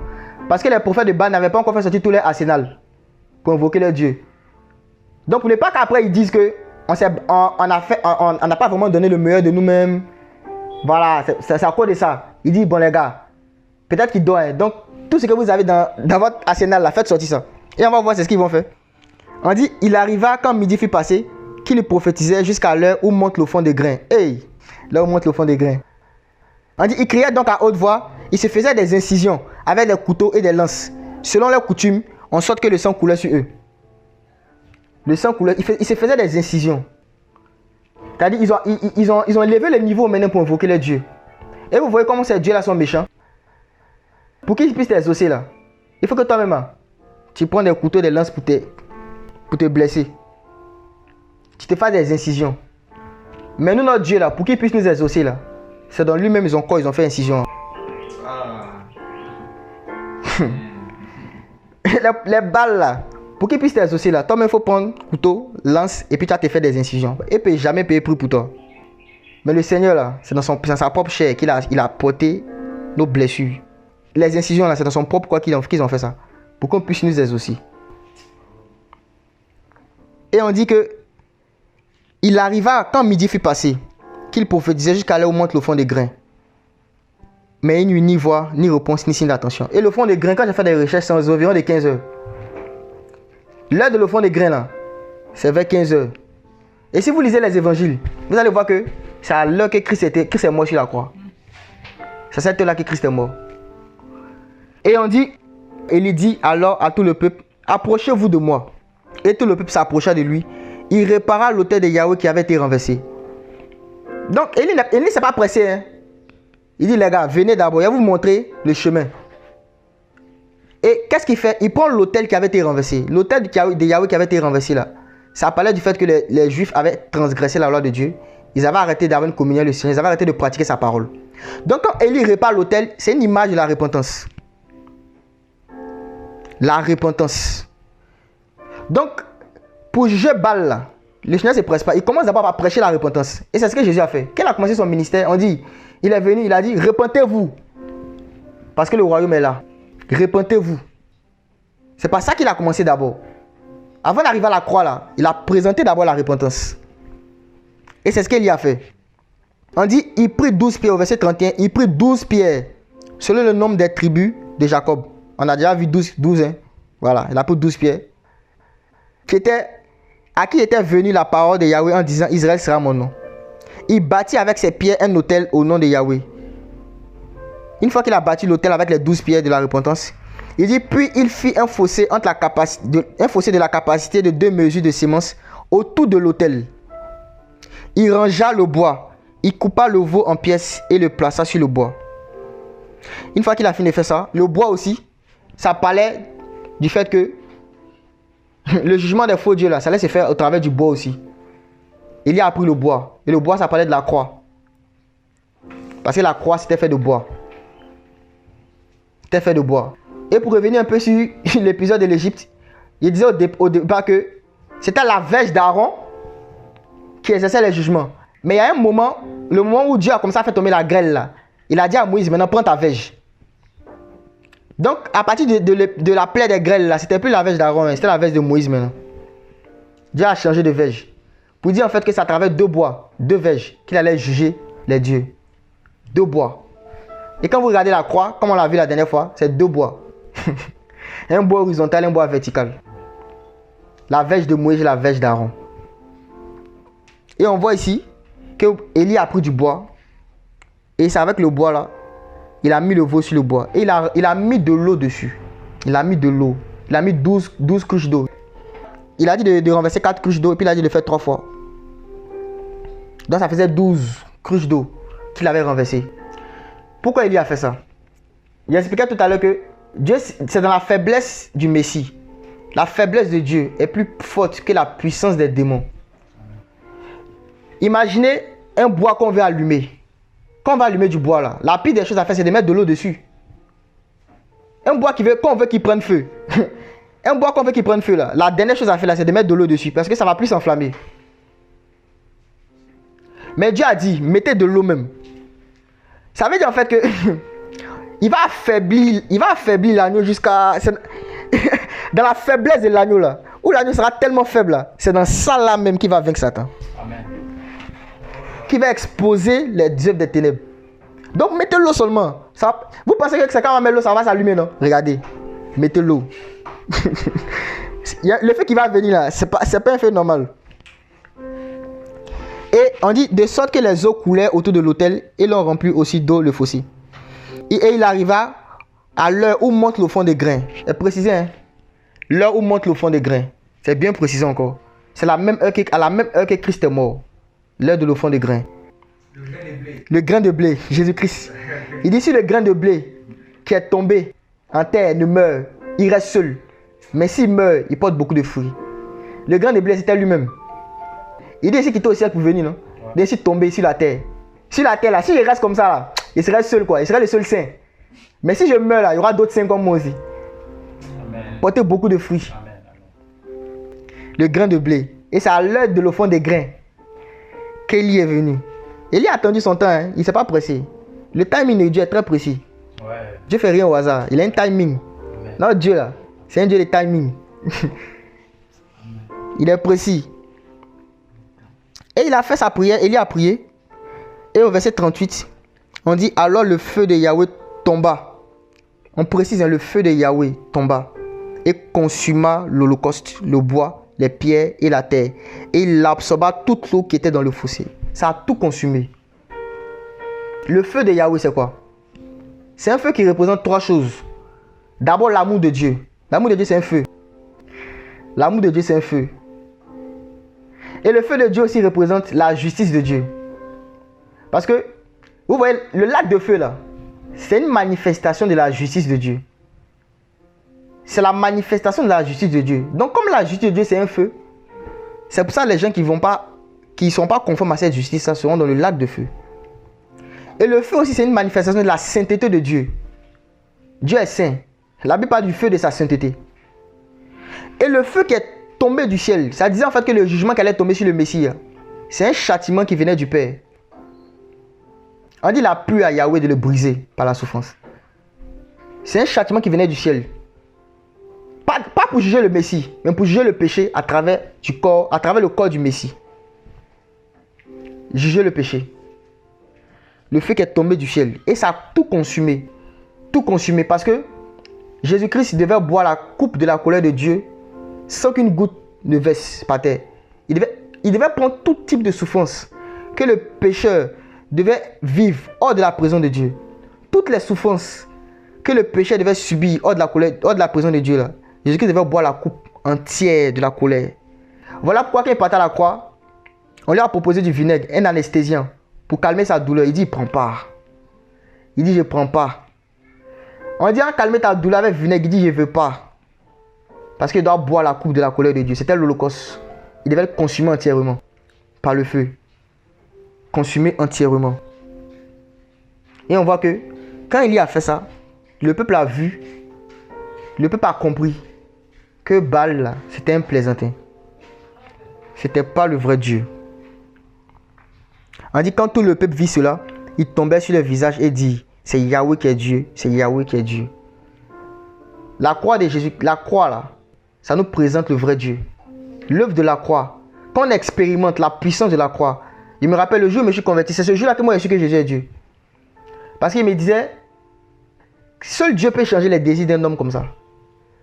Seul Dieu peut transformer le cœur de quelqu'un instantanément comme ça. Instantanément, c'est pas un peu. Seul Dieu peut faire ça. Seul Dieu. Quand tu expérimentes la croix, tu ne peux pas dire que Jésus n'est pas Dieu. Si vous rencontrez quelqu'un qui dit Jésus n'est pas Dieu là, sachez qu'il n'a pas expérimenté l'œuvre de la croix. C'est pas possible. C'est pas possible. C'est pas possible. Quand Israël a vu ça là, on dit ils sont prosternés. Il dit c'est Yahweh qui est Dieu, c'est Yahweh qui est Dieu. Quand nos yeux sont portés vers le Fils de l'homme, quand on regarde les souffrances de Christ,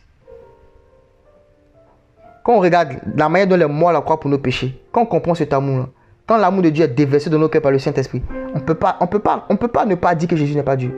On peut ne pas avoir de versets, c'est vrai. Mais on est convaincu en nous-mêmes qu'il est Dieu. Et tous ceux qu'on adorait, que ce soit Allah, bon, peut-être que ce n'est pas son vrai nom, peu importe, que ce soit Bouddha, que ce soit, peu importe son nom, peu importe les noms des dieux là, je vous assure, demandez à un bouddhiste qui s'est converti, qui est Dieu, il va vous dire c'est Jésus. Il servait Bouddha, mais qu'il a rencontré le véritable. Qu'il a rencontré le véritable. Qu'il a rencontré la puissance. Il a expérimenté le feu de l'amour, de la justice et de la sainteté de Dieu. Il a été touché. Jésus est Dieu, frère. Il est homme, oui, c'est vrai, mais il est aussi Dieu. Et il disait tantôt que à chaque fois que Dieu se manifeste, il atteste de sa divinité. En même temps, il expose le mensonge de ces démons-là qui se font appeler Dieu. Il expose leur mensonge. Et regardez ce qui s'est passé après. On dit, Élie leur dit, saisissez les prophètes de Baal et qu'il n'en échappe aucun. Il les saisit. Élie les fit descendre au torrent de Kison et là il les tua. Élie les a tués. Il les a égorgés. Il a coupé les têtes. Il a accompli une partie de la prophétie de Genèse 3 qui disait que la postérité de la femme va détruire la tête du serpent. La tête, ça n'a pas de l'autorité, ça n'a pas de la puissance, ça n'a pas de la force. Et il a coupé les têtes. Et regardez ce qui s'est passé après. On dit, puis Élie dit à Akab, monte, mange et bois, va faire la fête. Car il se fait un bruit qui annonce la pluie. Quand Dieu finit de juger les faux, il envoie le réveil. Il dit allez fêter. Il y a le réveil qui vient. C'est ce qui est arrivé à Israël. Quand il a fini de juger les dieux de l'Égypte, quand ils sont sortis d'Égypte, imagine ce qui s'est passé, la fête. Ils ont commencé à chanter des cantiques. Il y a le réveil qui vient. Quand Dieu se manifeste, que Satan et ses œuvres sont exposés, il y a un réveil qui vient. Il dit va manger, car il y a une pluie qui vient. Il y a une pluie. Il y a un bruit qui annonce la pluie. Ce bruit-là, c'est le bruit du Saint-Esprit. Dans Actes chapitre 2, on dit il y a un vent qui vient, qui a fait un bruit. Et quand le Saint-Esprit vient là, il y a le réveil. Il y a le réveil. Donc on voit encore que dans cette histoire-là, dans les prophètes, on voit une autre histoire encore où le Seigneur a manifesté son jugement contre Baal. On va aller maintenant dans les psaumes pour respecter ce que le Seigneur a dit. Il dit dans la loi, dans les prophètes et dans les psaumes. On va encore dans les psaumes, dans le psaume 23, que nous tous on connaît. On va voir que David a prophétisé le jugement des faux dieux dans le psaume 23. Psaume 23. Je vais lire tout le psaume, c'est que 6 versets. Psaume de David. Yahweh est mon berger, je ne manquerai de rien. Il me fait reposer dans de verts pâturages. Il me dirige près des eaux paisibles. Il restaure mon âme. Il me conduit dans les sentiers de la justice pour l'amour de son nom. Même quand je marche dans la vallée de l'ombre de la mort, je ne craindrai aucun mal. Car tu es avec moi, ton bâton et ta houlette me rassurent, encore me consolent. Je ne sais pas si vous avez déjà imaginé la vallée de l'ombre de la mort. À quoi ça ressemble? C'est pas un cimetière, hein? On dit que c'est une vallée, non? Où il y a l'ombre de la mort. Imaginez le niveau de peur et de terreur qu'un lieu comme ça représente. Mais David dit en fait que ta houlette et ton bâton, encore 2 bois. La houlette, c'est un bois que les bergers utilisaient pour ramener les brebis. Qu'elles s'égaraient. C'était pour les ramener sur le chemin. Et la Bible dit dans Isaïe 53, nous étions tous errants comme des brebis, on errait. Mais Yahweh a fait retomber sur lui l'iniquité de nous tous. Donc la houlette, ça parlait d'un aspect de la croix, qui était le fait de nous ramener, nous qui étions errants. Si vous cherchez le mot houlette dans un dictionnaire, vous allez voir, c'est un bâton qu'on utilise pour ramener les brebis, qui essaient de s'éloigner du troupeau, de errer. Mais il y a un autre aspect encore de la croix, qu'on appelle le bâton. Et le bâton, ce n'est pas pour la brebis, c'est pour les loups et les ours qui veulent attaquer le troupeau. Donc dans la croix, il y a la réconciliation des brebis qui s'égaraient, mais en même temps, il y a le jugement des loups et des ours qui veulent attaquer le troupeau. Le bâton du berger. Il a frappé le loup avec ce bâton. Il a frappé le loup avec ces 2 bâtons, la houlette et le bâton. Ces 2 bois. Le bâton du berger était utilisé pour frapper le loup, pour exposer le loup. Satan. Le loup ravisseur, on l'appelle le loup ravisseur. Il vient ravir les brebis. Mais il y a un bâton qui est là contre lui. Le bâton de la croix. Si un démon oppresse quelqu'un ici, qui n'est pas encore enfant de Dieu, sache que le seul endroit où tu peux trouver refuge, c'est au bâton. C'est au bâton du bon berger que tu vas trouver refuge. Parce que c'est le seul bâton qui peut frapper le loup. Si tu es oppressé par les démons, si les démons te tourmentent nuit et jour, sache que c'est dans la croix seulement que tu peux recevoir la délivrance et la libération. C'est dans l'œuvre que Jésus-Christ a accompli à la croix. C'est là qu'il a jugé le loup. Amen. Le bon berger. C'est lui le bon berger. Il a dit ceux qui sont venus avant moi sont des voleurs et des brigands. C'est moi qui suis le bon berger. Et le bon berger, il donne sa vie pour ses brebis. Le bon berger protège ses brebis avec le bâton. Et le bon berger ramène ses brebis avec la houlette. Les 2 bois qui forment la croix. Ces 2 bois qui forment la croix. Le Seigneur est magnifique. Il est magnifique. Donc on voit que dans le psaume encore, c'était prophétisé qu'il allait juger le faux Dieu. Et le Seigneur l'a fait à la croix. Il a fait de manière magnifique à la croix. Comment est-ce qu'il a fait? À la croix, le Seigneur, il a écrasé la tête du serpent. Ça veut dire en fait qu'il a détruit son autorité et sa puissance. La Bible dit dans Colossiens 2, on va lire ça. J'aime trop ce verset. Colossiens chapitre 2, verset 15. Colossiens 2, verset 15. Ah, le Seigneur est magnifique. La Bible dit, il a dépouillé les principautés et les autorités et les a exposées publiquement en spectacle en triomphant d'elles par la croix. À la croix, quand les gens le voyaient, quand les pharisiens le voyaient, ils l'insultaient, ils se moquaient de lui. Mais Jésus était concentré parce qu'il était fait un travail important. Il ne les écoutait pas. La seule question à laquelle il a répondu, c'est lorsque quelqu'un voulait se convertir. Le gars lui a dit, souviens-toi de moi. Il dit, bon ok, comme ça c'est important. Il dit, ça t'aime, pause là, il vient. Bon, toi on se voit tout à l'heure. Et puis il revient sur le gars encore. Colossiens 2, verset 15. Il les a dépouillés. Regardez, dépouillés là. Imagine que dans un quartier, il y a un frère qui expliquait ça comme ça une fois. Dans un quartier, il y a un voleur qui a beaucoup d'armes. Et puis il vient, il frappe les gens. À chaque fois, il vient les voler. Maintenant, il vient chez toi, tu te bats lui, puis tu le chasses de ta maison. C'est-à-dire, toi, tu t'es protégé. Mais à cause du fait qu'il a trouvé ces armes-là, il peut attaquer d'autres personnes. Il peut attaquer d'autres personnes encore. Mais Jésus-Christ, le bon berger, quand il a attrapé Satan, là, non seulement il a frappé, il a le bâton, et puis il a enlevé toutes ses armes. Il a enlevé son aiguillon. On va voir ça tout à l'heure, l'aiguillon de la mort. Il a enlevé ses armes. Ça avait ses aiguillons que Satan attaquait. Ça avait ses aiguillons que Satan faisait du mal. Il a dépouillé de ses aiguillons. C'est comme ça Paul dit, oh mort, où est ta victoire? Oh mort, où est ton aiguillon? C'est parti où? Où est ton aiguillon? Il a enlevé l'aiguillon. Ce qui permettait à Satan de faire du mal aux hommes là. Quand vous lisez Apocalypse 9, verset 10, on dit qu'il y avait des démons qui avaient des aiguillons qui leur permettaient de faire du mal aux hommes. C'est vrai que les aiguillons faisaient du mal. Et il a enlevé ces aiguillons-là. Il les a dépouillés. C'est ça, dépouillé. Donc, quelqu'un qui est dépouillé, il sort. Il n'a plus ses armes pour frapper. Et puis maintenant, il a fini de les dépouiller, non? Maintenant, tous les gens qui habitent dans les environs, là, il les a revêtus des armes encore. Non seulement le gars est dépouillé, et puis toi encore, tu as arme contre lui. Qu'est-ce qu'il peut te faire? Qu'est-ce qu'il peut te faire? Il les a dépouillés. Il les a livrés publiquement en spectacle. Et les gens qui regardaient la croix, qui voyaient Jésus-Christ sur la croix, ils voyaient juste quelqu'un qui était de mourir, bon, voilà, à la crucifier. Mais il y avait un spectacle public qui était là. Un spectacle public.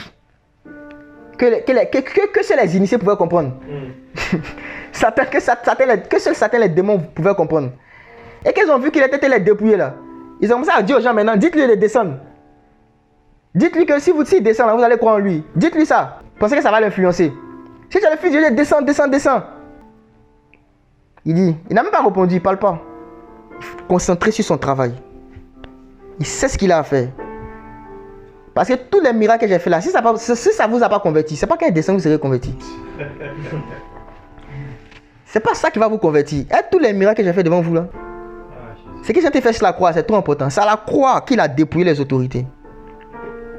Il les a dépouillés. Il a enlevé leur autorité, leur puissance. Et ce qu'il a fait encore, c'est qu'il a utilisé leurs propres armes pour les vaincre. C'est une humiliation encore plus grande. Il prend tes propres armes pour te vaincre. L'aiguillon. Tout à l'heure, il disait que l'aiguillon, c'est ce que Satan utilise pour nous attaquer. Quand vous allez lire Ephésiens 6, on dit prenez par-dessus tout le bouclier de la foi avec lequel vous pourrez éteindre tous les traits enflammés. Et le mot trait enflammé là, dans certaines versions, c'est écrit dard enflammé. Et les dards, c'est un type d'aiguillon. Si vous tapez le mot aiguillon dans le dictionnaire, vous allez voir que la deuxième définition, on parle des dards. Donc c'est avec les dards que Satan attaque. Et encore, dans Apocalypse 9, 10, on va lire ça. Apocalypse chapitre 9, verset 10. Apocalypse 9, verset 10. La Bible dit, et elles ont des queues semblables à des scorpions et des aiguillons, et c'est dans leur queue qu'était le pouvoir de faire du mal aux humains pendant 5 mois. Donc elles ont une queue semblable à des scorpions et des aiguillons, et c'est dans leur queue qui avait le pouvoir de faire du mal. Donc, dans les aiguillons là, de Satan, c'est ce qu'il utilise pour faire du mal aux habitants de la terre. Ça parle de toutes les âmes de Satan en fait. C'est une image en fait pour parler de toutes les âmes de Satan. Et dans 1 Corinthiens 15, verset 55, Paul a dit, ô mort, où est ta victoire? Ô mort, où est ton aiguillon? Et l'aiguillon de la mort, c'est quoi? C'est le péché. Tout ce que Satan peut faire à un homme là, c'est à partir du péché qu'il peut lui faire ça. Quand un homme se livre à Satan là, par le péché là, c'est ça qui donne à Satan autorisation pour lui faire du mal. C'est ça l'aiguillon en fait. C'est ça l'aiguillon. Et regardez une scène qui s'est passée à la croix. Voilà, le Seigneur est magnifique. Et les aiguillons en fait, la définition générale, c'est que c'est un morceau de fer pointu qui se trouve à l'extrémité d'un bois. Donc les lances, hein, c'est un type d'aiguillon. Les lances. Maintenant, regardez Jean chapitre 19.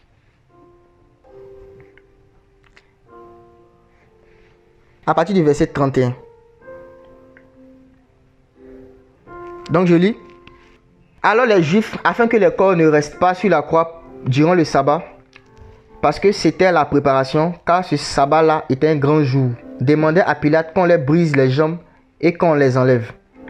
Les soldats vinrent donc et brisaient en effet les jambes au premier et de même à l'autre qui était crucifié avec lui. Mais s'étant approché de Jésus et voyant qu'il était déjà mort, il ne lui brisait pas les jambes. Mais un des soldats lui perça le côté avec une lance. Et immédiatement il sortit du sang et de l'eau. Et celui qui l'a vu en a rendu témoignage. Et son témoignage est véritable. Et lui, il sait qu'il dit vrai, afin que vous croyiez. Les pharisiens, ils disent en fait, ils sont allés voir Pilate pour dire en fait que ces gens-là, depuis qu'on les a mis sur la croix, ils ne veulent pas mourir. Donc, accélérer la mort, allez les briser les jambes. Donc, ils sont allés chez le premier, ils ont brisé ses jambes. Chez le second, ils ont brisé. Mais regardez quelque chose, hein. Jésus est au milieu. Hein.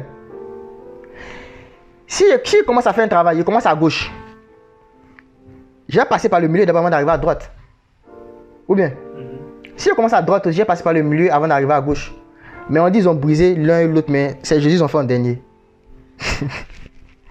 Ok. Et ils arrivent sur Jésus, on trouve qu'il est mort. Donc ça ne sert à rien. Vous trouvez qu'il est mort, parce que le but c'était de les tuer rapidement. Vous arrivez, il est mort. Ça ne sert à rien de le toucher. Maintenant, ils n'ont pas brisé ses os parce que c'était une prophétie concernant le Messie. Ses os ne devaient pas être touchés. Et ça encore, c'est notre mystère de la croix. Ce n'est pas le sujet d'aujourd'hui. Pourquoi les os du Messie ne devaient pas être brisés? Mais, il y a un soldat, on ne sait pas ce qu'il a pris. Il prend une lance, quelqu'un qui est mort. Il est mort. Il prend une lance et puis il le transperce. Ça sert à quoi? Son geste là sert à quoi? Il est déjà mort. Et puis tu prends la lance, tu le transperces. Lisez bien le texte, on dit que Jésus était déjà mort. Et même, pour préciser même que son geste était bizarre, Jean, quand il raconte l'histoire, il dit mais, un des soldats. Il dit mais, c'est une opposition. Quelqu'un qui est mort et puis mais, quand même on vient faire ça. C'est bizarre. Parce qu'en fait, ce soldat-là, sans le savoir, là, il accomplissait une prophétie. Malgré lui-même, il accomplissait une prophétie. Cette prophétie se trouve dans Nombre chapitre 25. On va lire ça. Ce sujet me passionne. Nombre 25. Au verset 1, Israël demeurait à Sittim, le peuple commença à commettre la fornication avec les filles de Moab. Car elles invitaient le peuple au sacrifice de leur Dieu. Vous voyez encore, c'est une affaire encore d'idolâtrie, adoration des faux dieux. Et le peuple mangea, se prosterna devant leur Dieu. Israël s'attacha à Baal-Péor.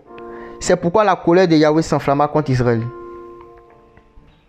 Donc, on va avancer rapidement hein, au verset 6. On dit, et voici un homme des enfants d'Israël vint et amena à ses frères une Madianite devant Moïse et devant l'assemblée des fils d'Israël, tandis qu'il pleurait à l'entrée de la tente d'assignation.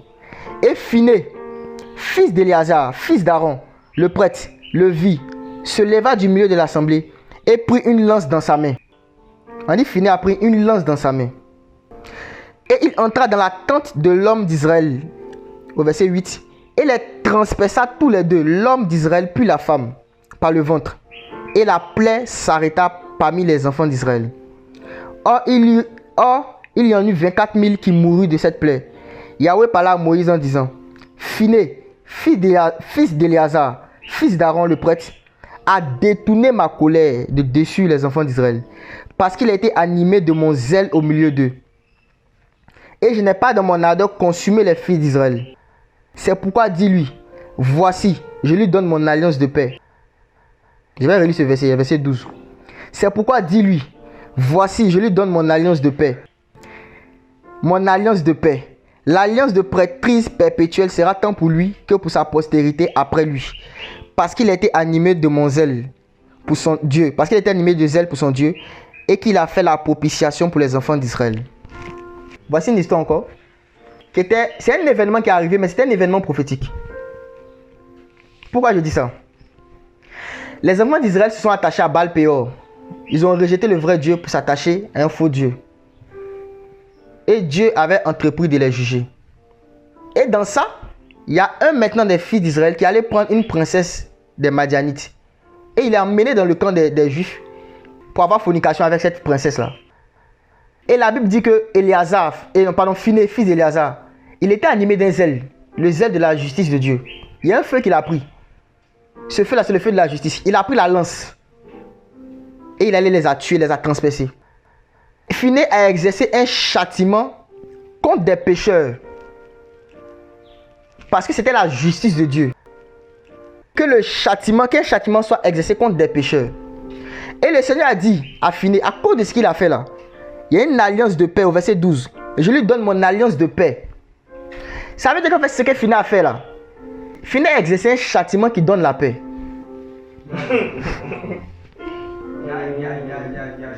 Sauf que Phiné a exercé ce châtiment qui donne la paix là sur les pécheurs. Mais la Bible dit, le châtiment qui nous donne la paix à nous qui sommes pécheurs là, c'est pas tombé sur nous, c'est tombé sur Jésus.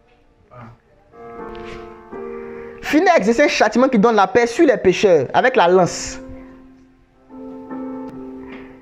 Mais le châtiment qui nous donne la paix à nous, qui nous met en alliance de paix avec Dieu là, c'est tombé sur le Messie.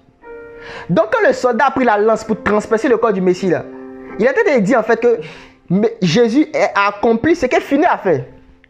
Mais pas sur vous les pécheurs, mais sur lui-même.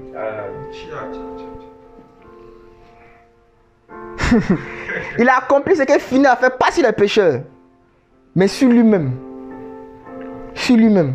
La lance. Il a pris la lance. Et regardez ce qu'Ésaïe dit encore. Il dit, le châtiment qui nous donne la paix est tombé sur lui. Et dans ses meurtrissures, c'est-à-dire que le châtiment est tombé, il y a une meurtrissure, il y a une blessure qui a été faite. Et regardez bien, Jésus-Christ a subi beaucoup de blessures dans la Bible. Mais c'est pas, il y a pas, dans toutes les blessures qu'il a subies, c'est une seule particulière, on donne ce qui est sorti. Il dit dans ses blessures, il y a une blessure particulière que Jésus a reçue dans Jean 19, verset 34. Où quelque chose est sorti, du sang et de l'eau. Et tout à l'heure, j'expliquais que l'aiguillon, c'est à partir de l'aiguillon que Satan nous attaque. Et la lance, c'est un type d'aiguillon. Et le but de l'aiguillon de la mort, là, c'est de produire la mort. Parce que le péché, l'aiguillon de la mort, c'est le péché. Le péché conduit à la mort. Le but de l'aiguillon de la mort, c'est de produire la mort. Maintenant, le Seigneur a permis qu'un aiguillon touche le corps du Messie. Mais le Messie était déjà mort, donc ça ne pouvait pas produire la mort. Ça a produit quoi? La vie. La vie. Life. Le sang, la vie du corps, et l'eau, la vie de l'esprit. La vie du corps et la vie de l'esprit.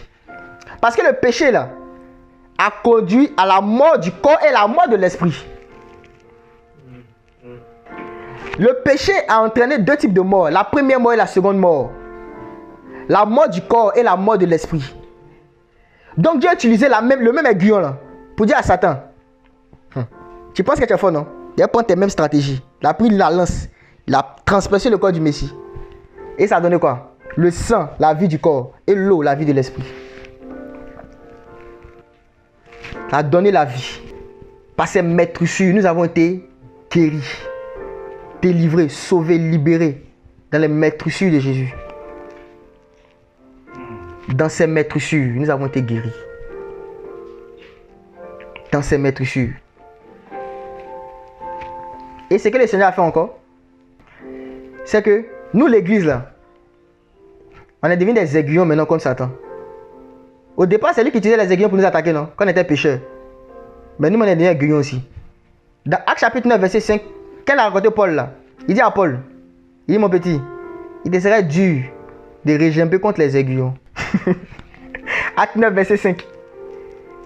Parce que Paul persécutait les chrétiens. Il ne savait pas qu'il était tapé dans les aiguillons, il ne savait pas. Nous, on est devenus aiguillons aussi. Alléluia. Donc Satan, imagine que tu vois des lances, un groupe de lances qui est arrêté là comme ça. Et puis les flèches là, les parties pointues là sont devant toi. Et puis tu vas donner un coup de poing. Qu'est-ce qui va t'arriver? Tu vois des lances comme ça et puis tu donnes un coup de poing. Les lances elles vont rien avoir, hein. C'est toi qui vas avoir mal. C'est pour ça que la Bible dit, celui qui est né de Dieu se garde lui-même et le malin ne le touche pas. Il ne peut pas venir te toucher même. Parce que si tu as touché là, il va se blesser. Toi toi-même tu es devenu aiguillon aussi. En tant qu'enfant de Dieu là, tant qu'on se garde soi-même, tant qu'on demeure dans la sainteté, tant qu'on demeure dans la justice de Dieu là, on est des aiguillons pour Satan. Et même nos paroles encore sont des aiguillons contre lui. On va lire ça dans Ecclésiaste. Ecclésiaste 12, verset 13.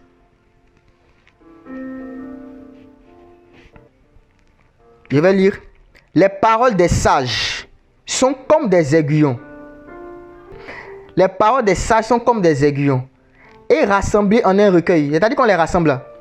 Elles sont comme des clous plantés, donnés par un seul maître. Je relis. Hein. Les paroles des sages sont comme des aiguillons.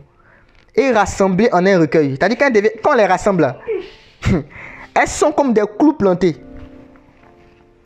Ça veut dire en fait que les clous qui étaient plantés dans les mains du Seigneur là.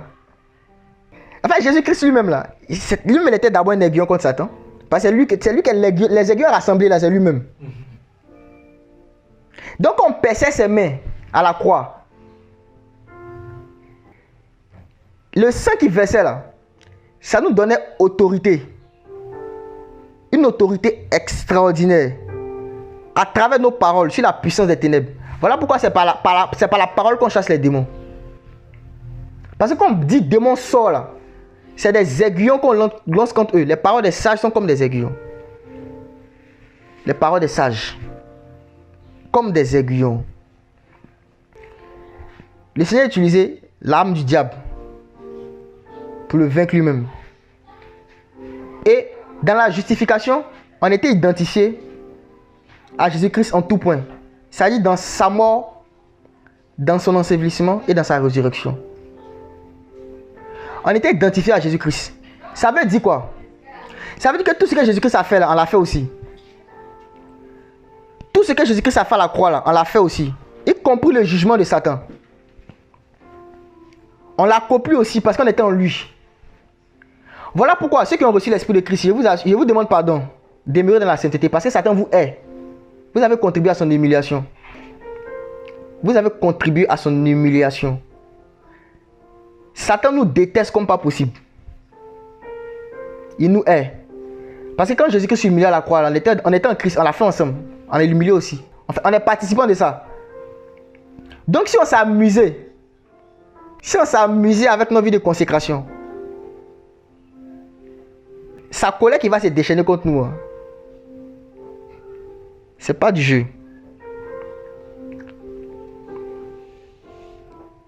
Ce message a augmenté la crainte de Dieu dans nos cœurs. Parce qu'on a humilié Satan en Christ. On était en lui quand il faisait ça.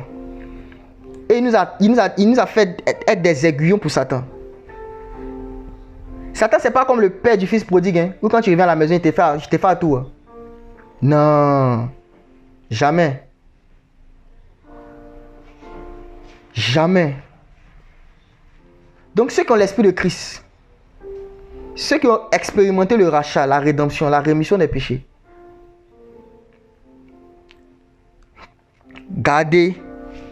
combattez le bon combat de la foi, gardez la foi. Gardez la foi. Gardez la foi. Parce que Satan nous cherche. Il a atteint une seule occasion pour se venger. On l'a trop humilié. Son humiliation était trop grande. On a participé à ça. Tu ne peux plus dire que tu n'as pas fait. Tu es déjà en Christ, c'est fini. Tu ne peux plus te retourner. Tu ne peux plus te retourner. Voilà. Tu es en Christ. Tu as contribué au jugement de Satan. Donc que tu veux pas, Satan est ton ennemi. Que tu veux pas, il est déjà ton ennemi. Il est ton adversaire. Automatiquement, parce que tu as contribué à son humiliation à la croix. Tu as contribué. Donc gardons-nous dans la sainteté. Gardons-nous dans la sainteté et dans la crainte de Dieu. Gardons-nous dans la pureté. Le Seigneur est fidèle, il est bon pour nous garder. Mais il nous demande aussi à nous de veiller sur nous-mêmes. À travers tout ce qu'il nous a enseigné. D'obéir à sa parole. Et quand on va obéir à sa parole, là, les choses qu'il a dit sur nous, là, elles seront manifestées. Le fait qu'on ait des aiguillons contre les démons, contre la puissance des ténèbres. Aujourd'hui, on peut parler à des esprits commandant des esprits de sortir des corps, et puis les démons sortent des corps. Ils nous obéissent. C'est parce que Christ nous a donné, il nous a rendu participants de sa puissance et de son autorité.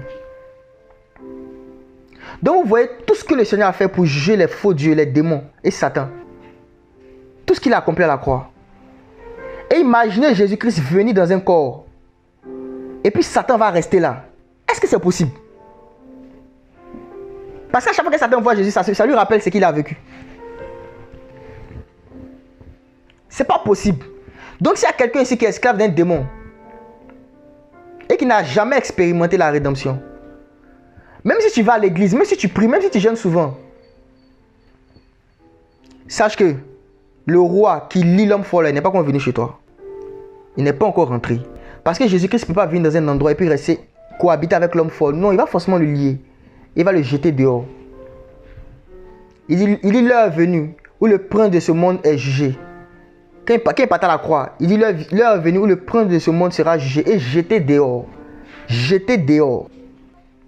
Jeté dehors.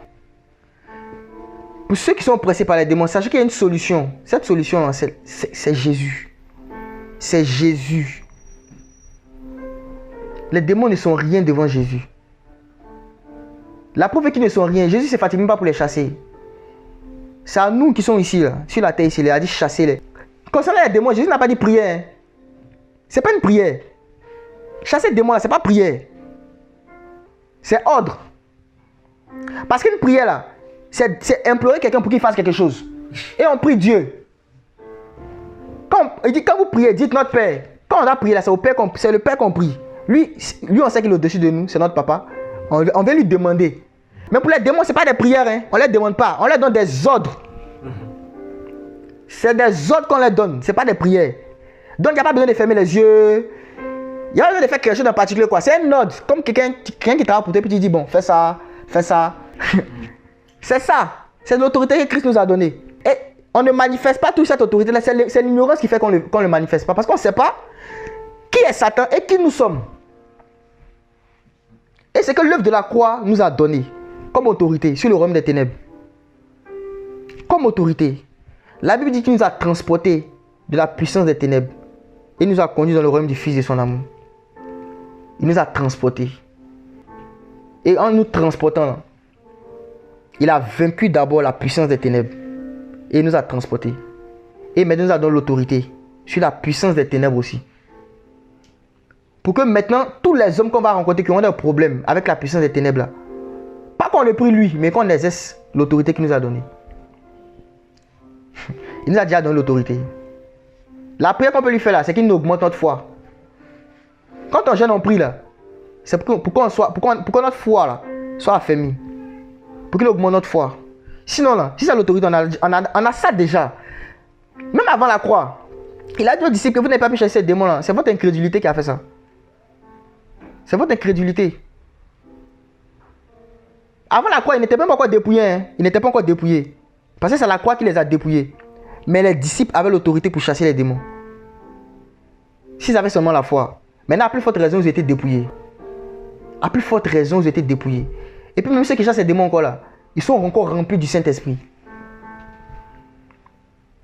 Combien de fois le Seigneur peut nous utiliser pour aider les gens, si seulement on est conscient que le prince de ce monde est jugé. Le prince de ce monde est jugé. Et le Seigneur a dit que quand l'Esprit de vérité viendra, il vous enseignera toutes choses. Et il vous enseignera sur le fait que le prince de ce monde est jugé. Il vous enseignera ça. Pour que vous ayez l'assurance quand vous serez devant lui. Vous serez rempli d'assurance. Rempli d'assurance. Donc, on a vu aujourd'hui en fait que à la croix, le Seigneur a fait des choses extraordinaires, dont l'une était de juger Satan et les démons. Tous ces faux dieux-là, qui prenaient son nom sans être lui. Et à nous les chrétiens, il nous a donné la mission de le faire sur la terre. Comme il a dit à Moïse, je te fais Dieu pour Pharaon. C'est à nous maintenant sur la terre ici, là, qu'il a donné l'autorité et la puissance. Parce que le sang de l'agneau a été versé. Le sang de l'agneau a été versé. Et nous maintenant, on a la victoire sur Satan à cause du sang de l'agneau et à cause de la parole de notre témoignage. À cause du fait qu'on garde le témoignage de Jésus-Christ. Donc il y a le sang de l'agneau, mais il y a aussi la parole de notre témoignage. qu'on doit garder. Et quand on a ces deux choses-là, soyons dans l'assurance. Soyons dans l'assurance. Donc j'aimerais ce soir que notre foi, en ce que Christ a fait à la croix pour nous, l'autorité qu'il nous a donnée augmente. Et qu'on puisse voir certains les démons comme Dieu les voit. Et que ceux qui étaient esclaves des démons, ceux qui étaient esclaves des faux dieux, ceux qui étaient esclaves des esprits impurs, qu'aujourd'hui, ils s'approchent du bâton du berger, qui s'approchent de l'œuvre de la croix, qui mettent leur foi que Jésus-Christ, homme, est venu sur la terre, qu'il est mort à la croix pour le pardon de leurs péchés, qui se répandent, qu'ils acceptent de renoncer au péché, qu'ils acceptent de s'abandonner entièrement, de vivre pour le plus plaire, qu'ils acceptent de renoncer à eux-mêmes et de se charger de leur croix pour le suivre, qu'ils vont accepter ça. Aujourd'hui, pas demain, pas après-demain, pas dans 10 ans. Il dit aujourd'hui, ils vont expérimenter la libération des démons. Ils vont expérimenter la délivrance des démons. Aujourd'hui, ils vont expérimenter ça. Les témoignages sont nombreux, sont légion. Ils vont expérimenter ça. Ils vont expérimenter. Ils vont expérimenter cela. Le Seigneur est tout puissant. Il est tout puissant. Ce soir, j'aimerais vraiment parler à quelqu'un qui n'a pas encore reçu l'Esprit de Christ, qui n'est pas encore chrétien. Je t'assure, si tu es encore esclave des démons, que tu n'as jamais eu encore la délivrance de l'esclavage des démons, sache que tu n'as pas reçu Jésus. Parce que Jésus ne vient pas habiter là où il n'a pas lié l'homme fort. Non, c'est pas possible. Non. Quand Jésus rachète, il exerce des jugements contre les faux dieux. C'est pas possible. Si tu n'as pas reçu Jésus, et qu'aujourd'hui, tu as compris en fait que Satan n'est rien. Les démons ne sont rien. Ces marabouts, ces féticheurs que tu partais consulter pour avoir certaines choses, en réalité ne sont rien, ne sont pas Dieu parce qu'ils ne peuvent rien donner. Et que c'est Jésus qui est le seul et vrai Dieu, c'est le véritable. Je t'assure, prendre la décision de marcher avec lui, c'est la chose la plus merveilleuse que tu puisses faire. C'est la décision la plus importante de ta vie. La plus importante. Jésus-Christ ne va pas encore prouver aux hommes qu'il est Dieu parce qu'il a déjà fait. Il a déjà fait ça. Il a déjà fait. Les preuves de son amour, de sa puissance sont déjà là, nombreuses. La Bible dit que Dieu prouve son amour vers nous. En ce que lorsque Christ, nous étions encore pécheurs, Christ est mort pour nous. Il est mort pour nous quand on était encore pécheurs. Il est mort. Alors si tu n'as pas encore reçu Jésus, tu n'as pas encore fait la paix avec lui, et que tu es encore esclave des démons, aujourd'hui même, on ne va même pas t'imposer les mains, là où tu es. Reconnais ton état. Reconnais que tu as transgressé les lois du vrai Dieu. Et que tu t'es attaché au faux Dieu. Et qu'aujourd'hui tu veux marcher dans le véritable. Tu veux être avec lui. Tu veux être son enfant. Tu veux être délivré de tous ces esprits-là. Et je t'assure, tu vas vivre quelque chose d'extraordinaire aujourd'hui.